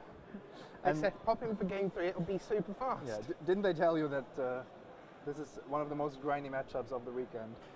I mean, I vaguely recollect something yesterday where I went out, had my hair cut, came back, then went out, had a pizza, went for a lie down at the hotel, came back, and then the live totals were 92-28 in favour of Lucas Blohan. I remember that these two. I remember sitting here and. Yeah. Oh, you were sitting there for that, were you? Lovely. Well, hello everyone. It's great to have you with us here for the final game of the quarterfinals of Grand Prix Stockholm 2014. You know Christian a little bit, I know, in as much as you're German, and obviously therefore you know everyone who's German, because that's the way it works in Magic. I was astonished. I know he's a fairly stoic gentleman, but I was astonished to see Christian's response to winning that first game against Lucas yesterday, because it was as if it hadn't happened. I mean, you literally couldn't tell. You could just take a before and an after shot. They were identical. Extraordinary.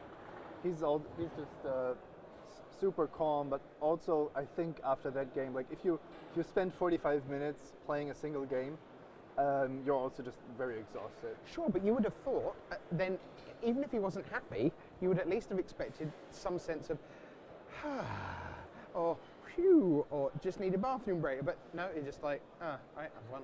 Shuffle up. Next. Extraordinary.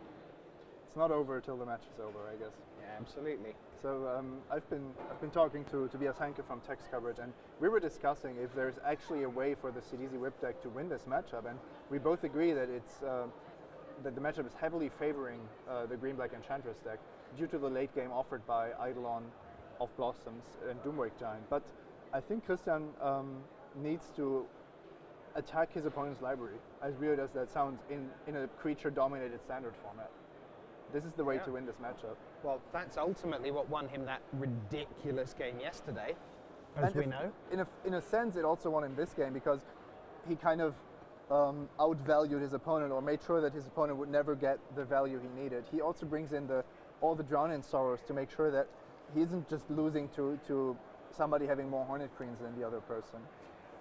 I think there's a danger for people who are coming in on a Sunday evening, as it is now, who perhaps haven't been with us all weekend long.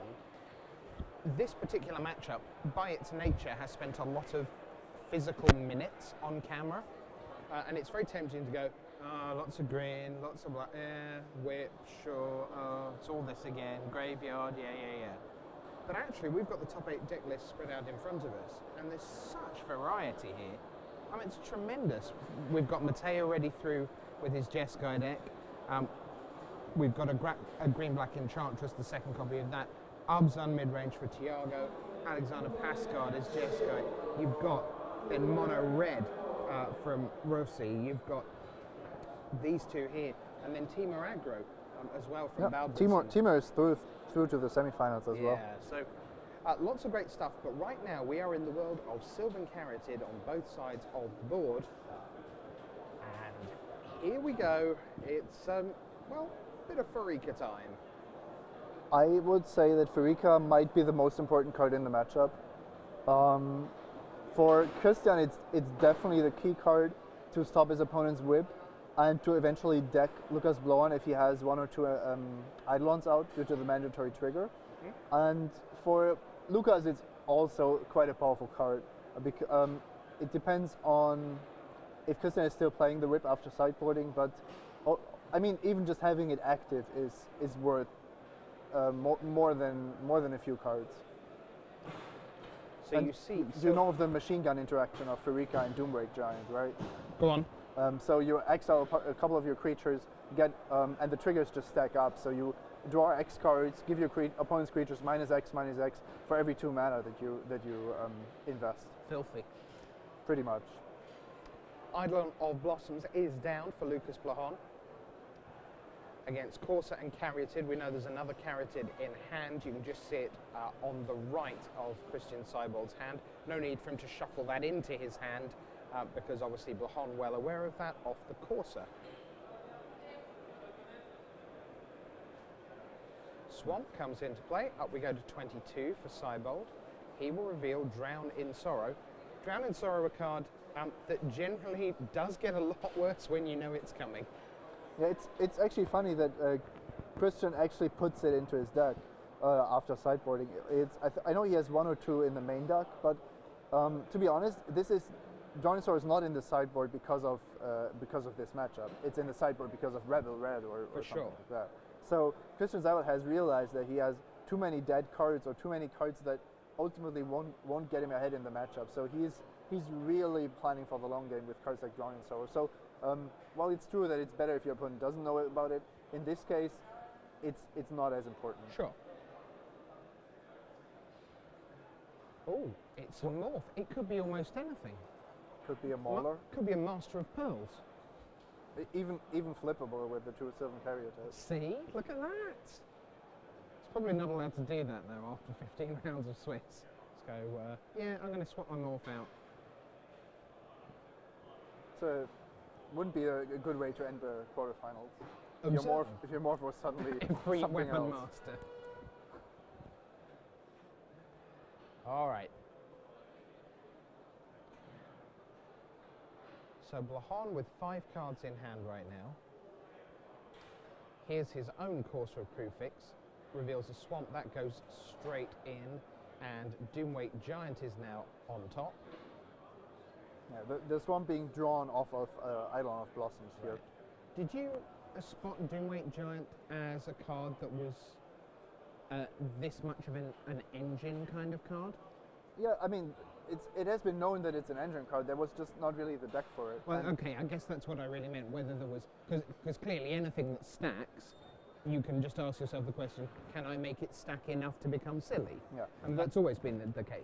I think it was Stanislav Sivka who played this deck last week, and who also termed it Green-Black Enchantress. So this is also one of Sivka's creations, as far as I'm informed. And you have to realize that it wasn't as good last week, but now we're entering the Hornet Queen phase, where everybody is realizing how powerful Hornet Queen is in almost all the matchups.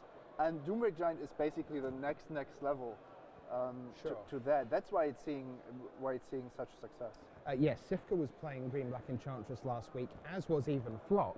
When we got to LA, we were very excited to chat with Even about the next iteration of Control, because of course he'd taken Blue-Black Control to the top 8 of the Pro Tour, but in Los Angeles he was very quick to say, no, not the right answer, certainly not this week, and was into the Green-Black plan. So we have Brain Maggot down on the Lucas Blahan side of the board. There's Sagumula sitting under there. You can see double carroted Corsa plays single carroted Corsa, again single carroted Corsa and Eidolon of Blossoms, as we see Satyr Wayfinder now on the top. Certainly the end of the quarterfinals is looking very green. So we can basically be sure that it's a Segu Mauler face down there for Christian Seibold, and the question is, how do you proceed from here? Christian Seibold has these Drowning Sorrows, and he basically wants to only fire them off when his opponent has a Hornet Queen, but he also has killed Eidolon of Blossoms previously. I'm sure you saw the second game when directing.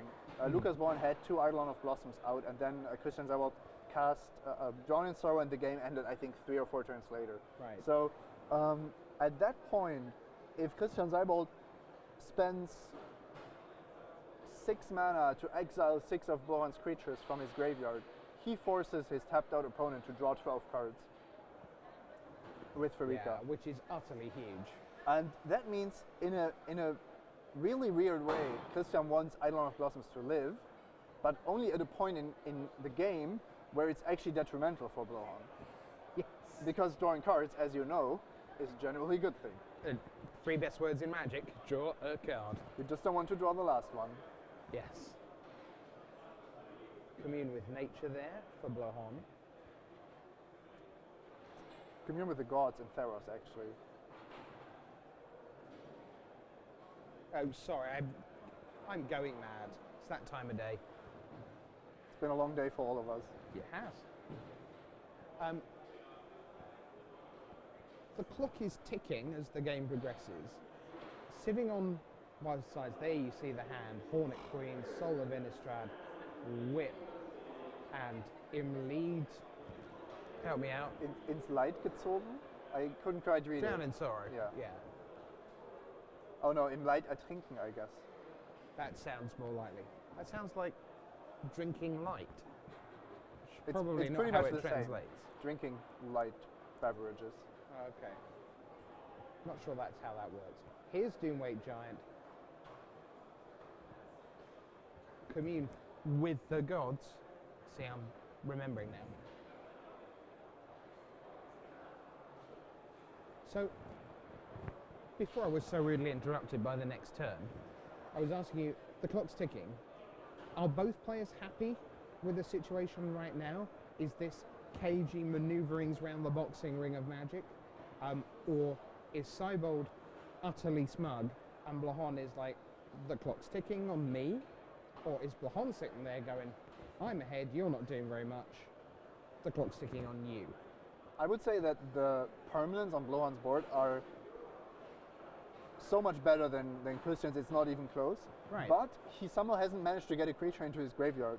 Otherwise, he could be exiling that with Farika, get the 1/1 Death Touch Snake, and block the Mauler, and everything would be fine. Right. So instead, he declined to block last turn, taking 6 in the process, and now he kind of has to get something done. And it might actually be that he chump blocks the Mauler once he realizes right, that. because he looks like he's ahead, and yet right now he doesn't, like you say, have that proper edge. The difference is if Lucas Braun ever casts a Whip of Erebos on this board, then he basically doesn't have to worry about his life total anymore. Even with the 6/6 trample, it's not going to raise an active Whip. And Farika is active as well, by the way. I always find it confusing that the Sidisi deck plays a blue-green creature because you can't simply count the mana symbols. Right. In almost all the decks, you could just count the color add mana everything, symbols. right. But here with the Mauler, you have to remember that it only adds a single point of devotion. We're around about an hour and a half into the quarterfinals here. Still coming your way, we have the Abzan mid-range deck of Thiago Rodriguez, who will be up against Coverage's own Matej Big Z Zatlkaj with Jeskai. Matej's only loss on day 1. Yeah, interesting. And then the Icelander, Einar Baldvinsson.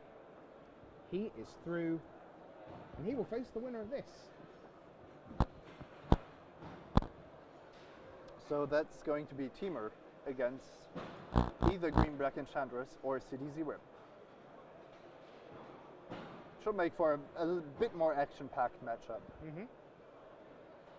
But that actually means that we are not going to see this particular matchup again in the top 8. For sure. One for the purists, I believe, is how they refer to these kind of matches.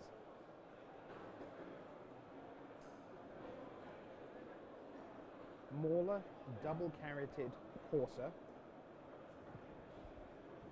Carroted Corsa, Eidolon, Doomweight Giant, Farika, and a Brain Maggot hanging out with a Sagu Mauler underneath. In game 1, the key cards are Whip of Erebos and Hornet Queen, because they just combine for a ridiculous amount. And once one of these players gets their Farikas, and I think that there's probably like 2 in both decks combined, maybe 3. So there is very little Farikas, but it's somehow the most important card in the matchup. So the fact that Bohan has it this game could, simply by that, could mean that he's winning. Yes, he had one main, has one in his sideboard. Christian just has the one in his sideboard. I think Blohan double blocked the Mauler, so that one is gone.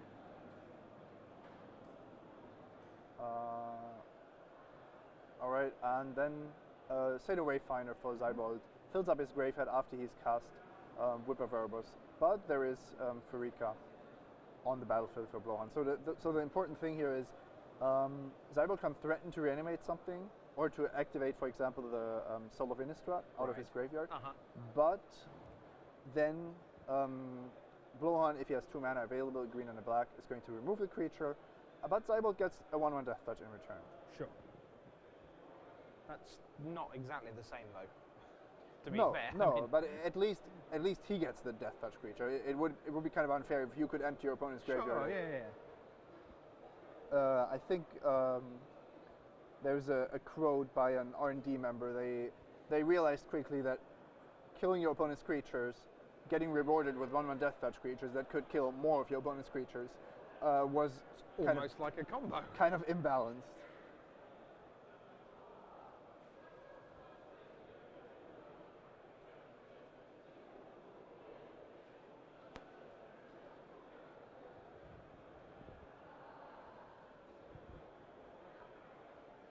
So it looks like there is a judge call going on.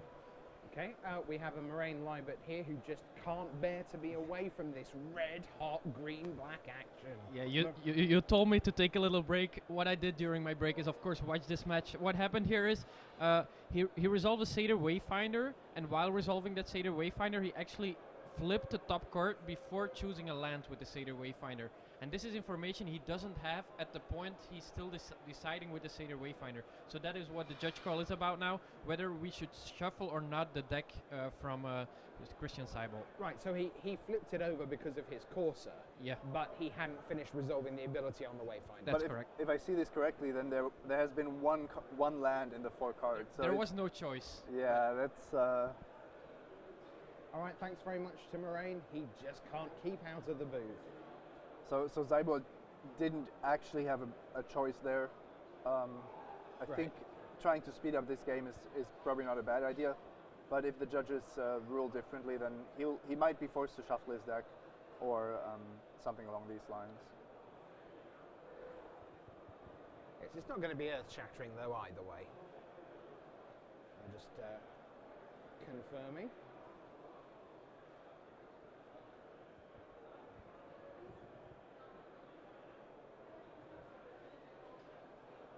We did a metagame piece, Tim, you and Moraine, earlier in the weekend. I honestly can't remember what you decided you were going to run if you had been playing in this event. Where had you chosen, and would it have been a good choice on reflection? I was between Abzan Aggro, so the 2-drop focused version, and CDZ Whip. And I think CDZ Whip would ultimately have been the better choice, but I still think that Abzan Aggro has the tools to also beat the other matchups.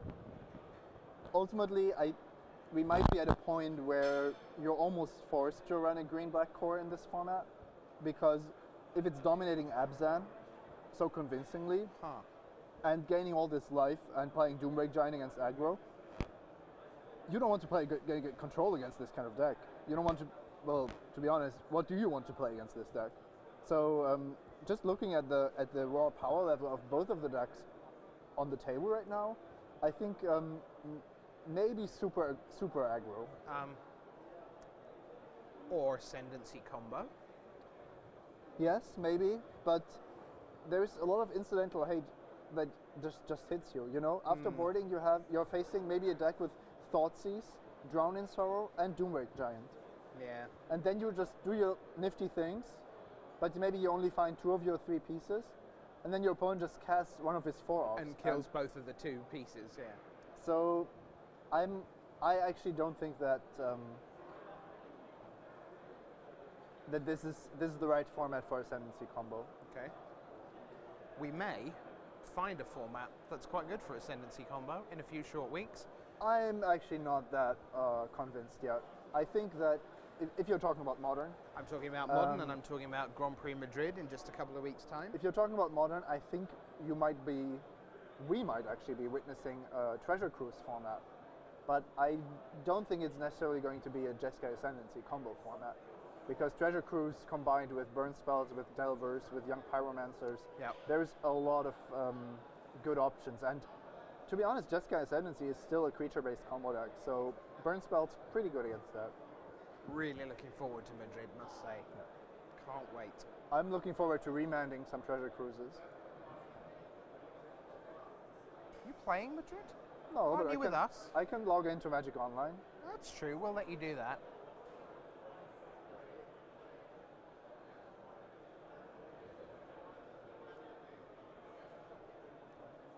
So, Zybold now down to 10, with double Carroted and Corsair and Whip, but the board is looking a lot better for Lucas Blahan right now. He has, there you see Zybold flicking through before choosing very old school Island.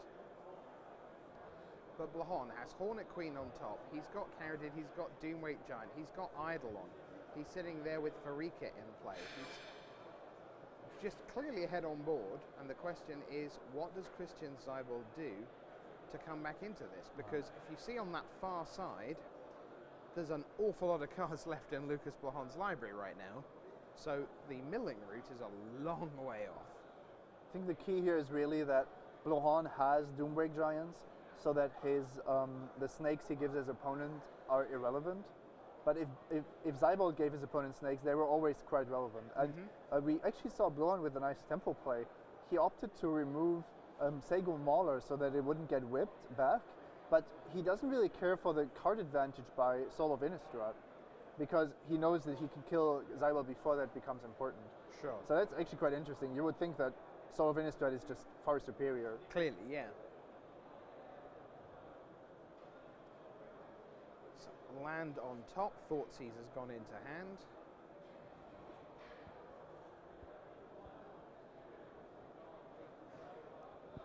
Not specifically within the minds of these two players in this matchup, but in a grindy, very sort of little bit of advantage here, little bit of advantage there format, how far ahead in a game are you typically likely to be planning? Are you just responding to each turn as it comes? So here's the next piece of information. He's cast a Thoughtseize at me.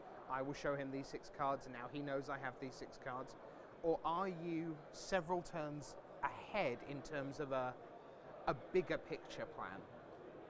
I think the grindier it is, the more the big picture is important, because the game isn't being won by a single combat step or the key instant. Right. It's being won by having a clear vision of where you want to end up. And I think it's almost like chess, not the gameplay itself, but how you have to formulate a plan, because ultimately you want to visualize a position where you're winning the game or where you're in a dominant position. And it's always the question, how do I step up this ladder? At which point do I have to be so that the next step is reachable? And I think these both players have played, they're playing each other for the second time, and I'm sure they've played the matchup against other players as well. They now know where they want to be, and that's why we see them make these plays with relative ease. It still takes a lot of time, and none of these decisions are easy, but it's, for example, very clear that Blohan wants to shut down the rip. He always wants to trigger his Eidolon, his Doombreak Giant once. That's enough, that's sufficient, you know. He doesn't even have the plan to wrath his opponent's board, because he already knows that this is not, it would be bad, but it's not a requirement for winning. Sure. But of course, it's not like you actually plan ahead what you're going to cast with your mana in 3 turns. No, That's sure. just not how Magic works. No, absolutely. If you're holding 3 Commune with the Gods, you have too much information to process anyway.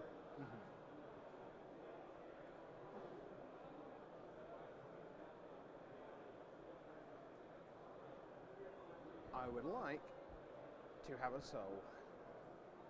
And now Lucas Blohan, who was quite aggressive until now, has some decisions to make. How do you proceed against a 6/6 Death Touch lifelink creature? Carefully. Carefully. Yeah, but especially now his plan of beating down is definitely weakened. So away goes Soul. Snake comes for Zybold. Hornet Queen comes into hand. There's a whip on top of Blohan's library. Yeah, that's a couple of powerful plays there. Now his Doomweight Giant trigger. Let's have the whip. That snake dies. Oh. Yeah. Oh. That's Nykthos Shrine to Nyx. That could be enough to catch Is the rip there. as well. And that comes into play. We see now 4 black, 1, 2, 3, 4, 5, 6, 6 green. And it looks like he's exiling. Okay, so There, no gives himself Nykthos. No, he's going to give himself a snake. There's whip on top, and this -4, is, -4. Yeah, this is not looking great for Zybold. And Blohan with Zybold down at 9. Things sped up a little in the last couple of minutes. This is actually a good thing, because if you have the Sidisi whip mirror, there's nothing of this. There's just whips and Hornet Queens, but here there's actually the Doomwake Giant powered late game. And I like how Blohan basically always attacks with his Eidolon of Blossoms. you would think that he doesn't want to lose it, but he actually wants to his opponent to kill it, just so that he can't get decked. There's no reason to have 20 cards in hand. Other than because it's fun, obviously.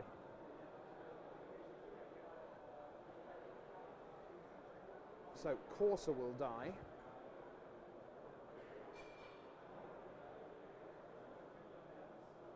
And Zybold is down to 4.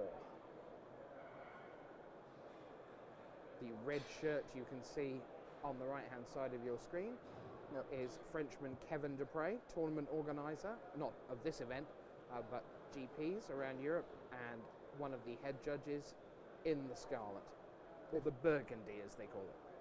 For those wondering why Soul of Innistrad died, it also received the -4/-4 from the Doomwave Giants. Yeah. So now Christian Zybold, I think, has just this one turn left. He can probably gain the most life by reanimating something with Whip of Erebus. That would be up to 6 life, I guess. But going up to 10 is not going to be enough. You see, it didn't take too long.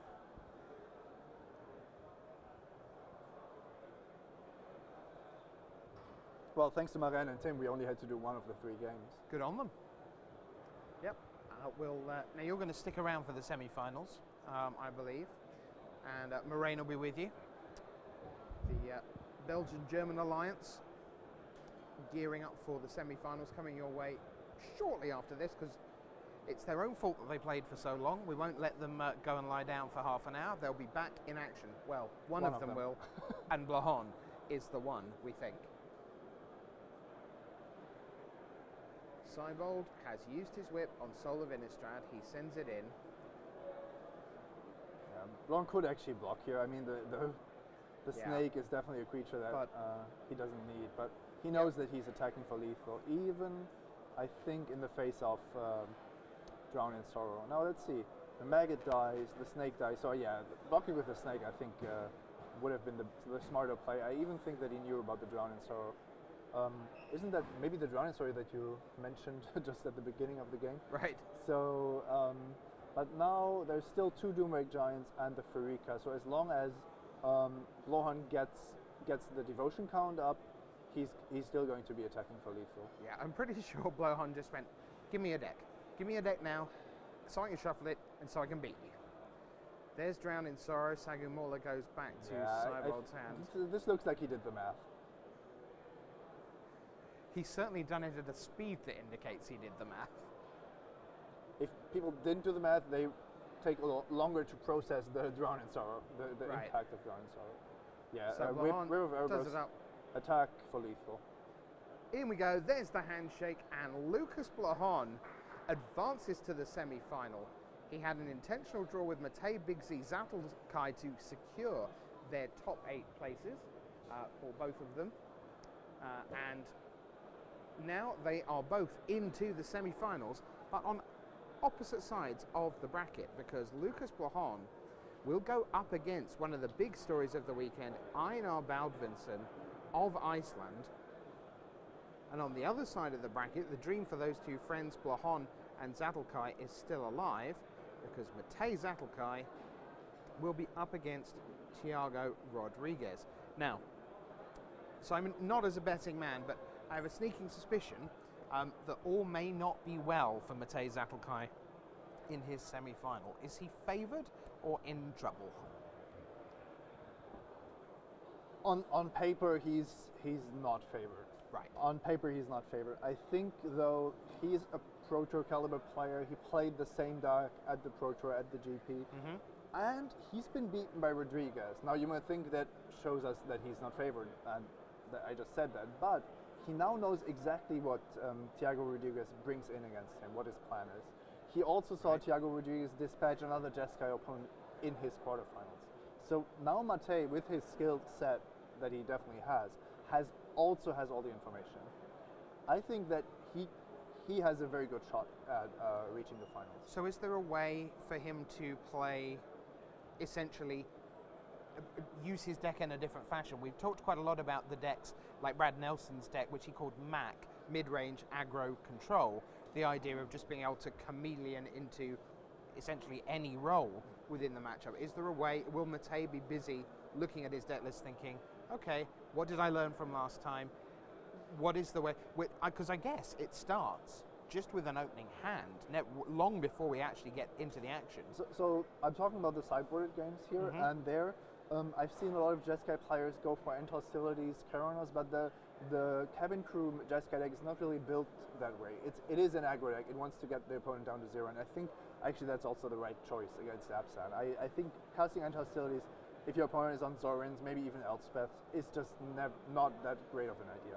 Now, what Matej told me in person is that Thiago surprised him by bringing in a whole lot of removal spells, more than he expected.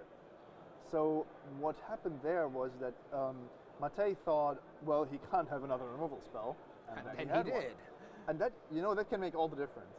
So now Matej is going to know that, he's going to sideboard accordingly, and I think we could see some very powerful negates, for example. Worth saying that Thiago Rodriguez, as the #1 finisher in the Swiss, will be on the play, which means that if he wins game 1, yes, Matej would have game 2 on the play, but then if he forced to game 3, would be back to Rodriguez on the play. And against an aggro deck, I guess more than against a lot, like in the last matchup, Blahon Seibel, they could have flipped a coin for who went first to an extent. But I guess you would absolutely want to be on the play against Matej's deck. Definitely. It's not as extreme as maybe Timur against mono aggro, but it also plays a role. I wouldn't say that it swings the matchup, though. Okay, well, hopefully we're going to queue up some video for you that we'll have ready for you. Probably just go inside R&D, take a little look at the world of Khan Zatlkaj here. We'll let you know when that's ready. And the players, they're having like a 5-minute turnaround, so we will be back shortly with the semi-finals. Thiago Rodriguez then against Matej Zatlkaj. We've talked a little bit about that one. Abzan mid-range against Jeskai. But then the one that Lucas Blahon has just got himself into, Simon.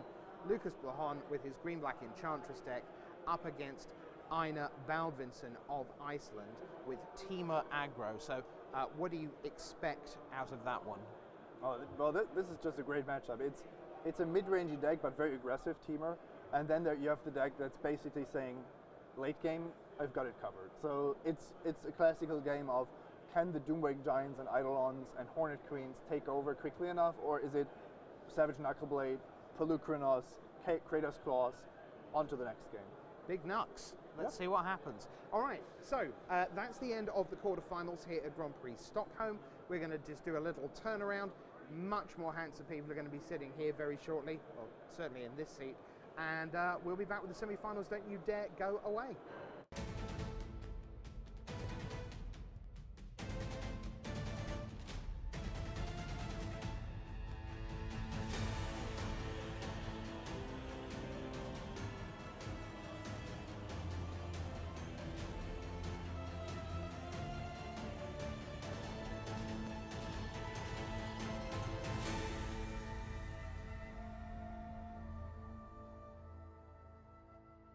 Hello everyone, welcome to Seattle. Welcome to Inside R&D with me, your host, Rich Hagan. Here in R&D, it's September, but out in the wide magic world, well, it's beginning to feel a lot like Christmas. Why? Because it's time for another brand new magic block. This time around, we're visiting a world full of the lore and the majesty of the dragons. But we're also visiting a world of no dragons at all. The world of Tarkir.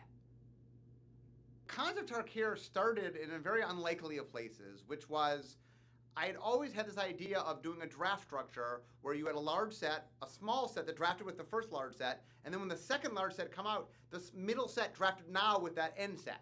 And I thought it was a neat idea. That's where we started. That was all we had to go with. Like, let's make this make sense. So I started what was called an exploratory design team with myself and Sean Main and Ethan Fleischer, and they had just become 1 and 2 in the Great Designer Search. And I'm like, okay, guys, we have a year before we even start design. Let's make this make sense. Why? Why would the middle set draft the 2 end sets, but the 2 big sets not draft together? and we explored all sorts of things, but in the end we came up with an awesome answer. Time travel.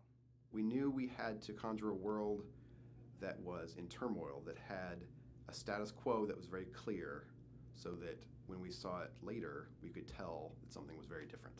So we went to the creative team, we go, give us a messed up world, a world where things have gone badly. And they came back, they go, okay, we got a world for you, Sarkin's home world, the world of Tarkir. And so originally they gave us 4 clans. And so we figured out, oh, maybe we could tie each clan to an attribute of the dragon. You know, maybe each clan admires something about the dragons, and that's how they, you know, that's the angle by which they built. And then they came back to us and they said, wait, we have a 5th one. Can you fit in a 5th clan? I'm like, oh, okay, sure, I can fit in a 5th clan. And then once I knew we had 5 clans, like, the number 5 means something in Magic. There's a color wheel, there's 5 colors. Once you told me there's 5 factions, I'm like, okay, it's got to tie to the color wheel somehow. And then they go ding, ding, ding, ding. I'm like, I know what people have been asking for that we've never done. A wedge set. And I'm like, this might be the perfect opportunity to finally give to the people what they've been asking for. Tarkir is this world that long ago the clans battled against these immense dragons, and the dragons have all been wiped out. But here in the present day, they still worship the aspects of those different dragons. So each of the clans has picked up sort of one aspect of the dragon and taken its essence as the framework for their civilization. When we're bringing together the World Guide, which is the document that informs artists and writers everything that has to do with this world, we're always looking to fill it with as much detail as we can, and in fact, it's usually more detail than we're ever able to use on cards. We're never really sad that if a piece of trivia or a piece of deep flavor goes unused, because it's actually still contributing to the sense of depth of this world. You get an oblique reference to this or that in it, and you, even if it's not well explained, because we only have one tiny spot or a piece of flavor text or just a hint of a piece of art to reference it, you still are getting the feel that this goes way deeper than this card game. So let me explain what a wedge is. A wedge is 3 colors in which 2 of the colors are allies and the 3rd color is enemy of both those colors.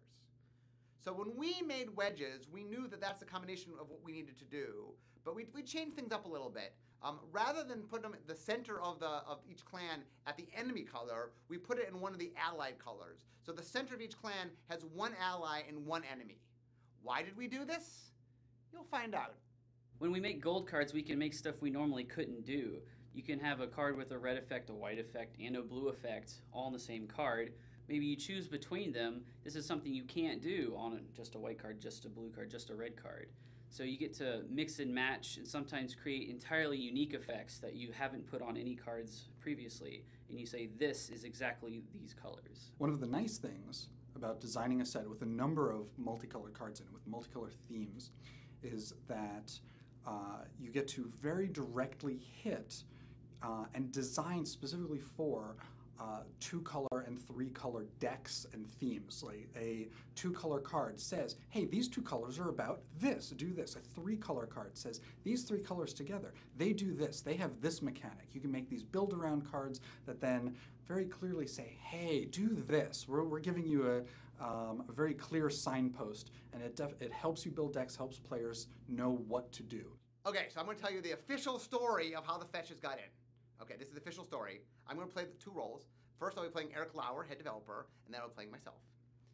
So Eric Lauer says, Mark, I know you're starting design today. We've talked this over. We think that we should put the fetch lands into your set. In. That's the story. The hardest part of developing a 3-color set is the mana. It takes a lot of mana to be able to play a 3-color deck, and it's especially challenging and limited. So there are 10 refuges, there are 5 tri-lands, there are fetch lands. The mana stones don't just give you 3 colors of mana, but if you have too much mana, you can cycle them from play and draw another card. There's just lots of mana. But we went further this time. The only gold cards at common are morphs. So even if your mana is not working initially, you can still play and interact with your opponent. You're at a drawback, disadvantage for sure, but you're still getting to make choices and make plays. Your opponent needs to have 5 mana before they can flip up that morph and sort of devastate you in a morph-on-morph combat, so you have more free reign to block early on, but yeah, again, beyond that, sort of many things can happen. The player's going to be rewarded. So who knows like what many of the morphs are? Like, why didn't my opponent attack with that creature last turn? Oh, they must not have wanted to trade it, so it must be, you know, one of the better morphs. And so now when they attack with it later, there's a good chance that they are going to do something bad if I block. Or, you know, there's a lot of guesswork into what's there. There's a lot of bluffing to what's there, which is, you know, something that I personally really enjoy. So, a lot of people have said 6 mechanics. How did you end up with 6 mechanics? And here's how it happened. Morph actually existed long before we even knew what the world was, that there were clans, that Morph existed because we were trying to tell a certain story, a time travel story. Once we got in the world and realized there were clans and ended up having 5 clans, we really needed to have 1 mechanic per clan. And we experimented with like, what if there are 3 mechanics and the clans shared, but it wasn't clean, it wasn't clear. So we knew we needed 1 per clan, but we had Morph, and Morph was playing this really important role. So what we did is, because Morph kind of soaked up a lot of the complexity, we very carefully chose our clan mechanics to be something that was powerful, but simple. So as the curtains open on Khans of Tarkir, what's happening is that Sarkhan Vol is returning to his homeworld. The last time we saw Sarkhan, he was on Zendikar, and he was there on a mission from Nicol Bolas. So Nicol Bolas sent him there to investigate a chamber called the Eye of Ugin on Zendikar. Ever since that time, Sarkhan his mind has been unraveling. He's near madness, and he feels that